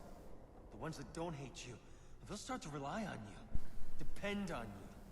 And if something happens to you, if you get old or bored or die, then what? Or do you not consider the world that revolves He's around making some decent points, albeit delivered through a really bunch of very heavy-handed, edgy dialogue, although he's also going way to the extremes. Provided it conforms to your twisted view. Whatever pleases the bat. That it? You're not a hero. You're a despot. You don't enforce justice. You suppress it. There's a way to make this work. To show you that we share the same goals. Maybe I took things too far with the bombs and the threats. I can learn. No shit, Sherlock. I mean, you could be a mentor to me. And maybe, well, maybe I can teach you something too. Because I think you're so busy. It would have been really cool to see them build on this story in a night, but they didn't do it. Just like with Hush, they didn't bother to follow up some really great... Actually, no, they did follow up Hush, and it sucked. But maybe that's the problem. You've gotten so used to the power, you think you're better than everyone. Above reproach. Is that it then? We're not as good as you? You know what? I take it back. I don't want to work with you. You don't have anything to offer. I think I figured it out. You didn't take me down because I broke the law. No. No, you took me down because you don't want No, it's because you put bombs in places that were gonna kill people. Let me ask you something. You ever wonder if you're the reason the city's so messed up? Because I have. A lot of us. No, because I'm not the one planting bombs. I think we're right. Alright, so this stream has been fun. I'm gonna turn this into a full-on stream series. I'll upload the VODs to YouTube and such. Link in the Twitch bio, at least it should be. True Gaming United on YouTube as well, same channel name. Same logo. Because I think there's actually one other person who has that name who's not uploaded anything. But I'll turn this into a stream series. I mostly just stream this because it's a Christmas-related game. Because it's on Christmas, it's the only thing I really had that kind of fit the vibe. So that's why I streamed it. So I'm going to finish up Arkham City on stream. I'll finish up that series first. I started last night. And then once I finish City, I'll return to this. But this will act as part 1. This VOD, along with some other ones, will be up probably tonight or tomorrow on YouTube, just due to the upload times, for some of these being pretty large, due to like the Twitch compression and such. But this has been really fun. I'm going to stream some more stuff tonight, probably after I get back from the movies, and having Chinese food and whatnot. Probably something on the Wii, maybe. I have a lot of very dumb games I can stream on there, and maybe some Arkham City. We'll see how tired I am. I slept like 2 hours in the last 24. Anyway, thanks so much for watching. Check out YouTube, link in bio. Also, the True Gaming United blog, where I do written reviews, Easter egg guides, getting back into doing that for the first time in a while. Maybe I'll even do a review on Arkham Origins. Arkham Origins 10 years later, you know? Looking back on it. This has been a lot of fun, and honestly, I've missed this game. Thanks all for watching, and see you on the next stream. Peace out.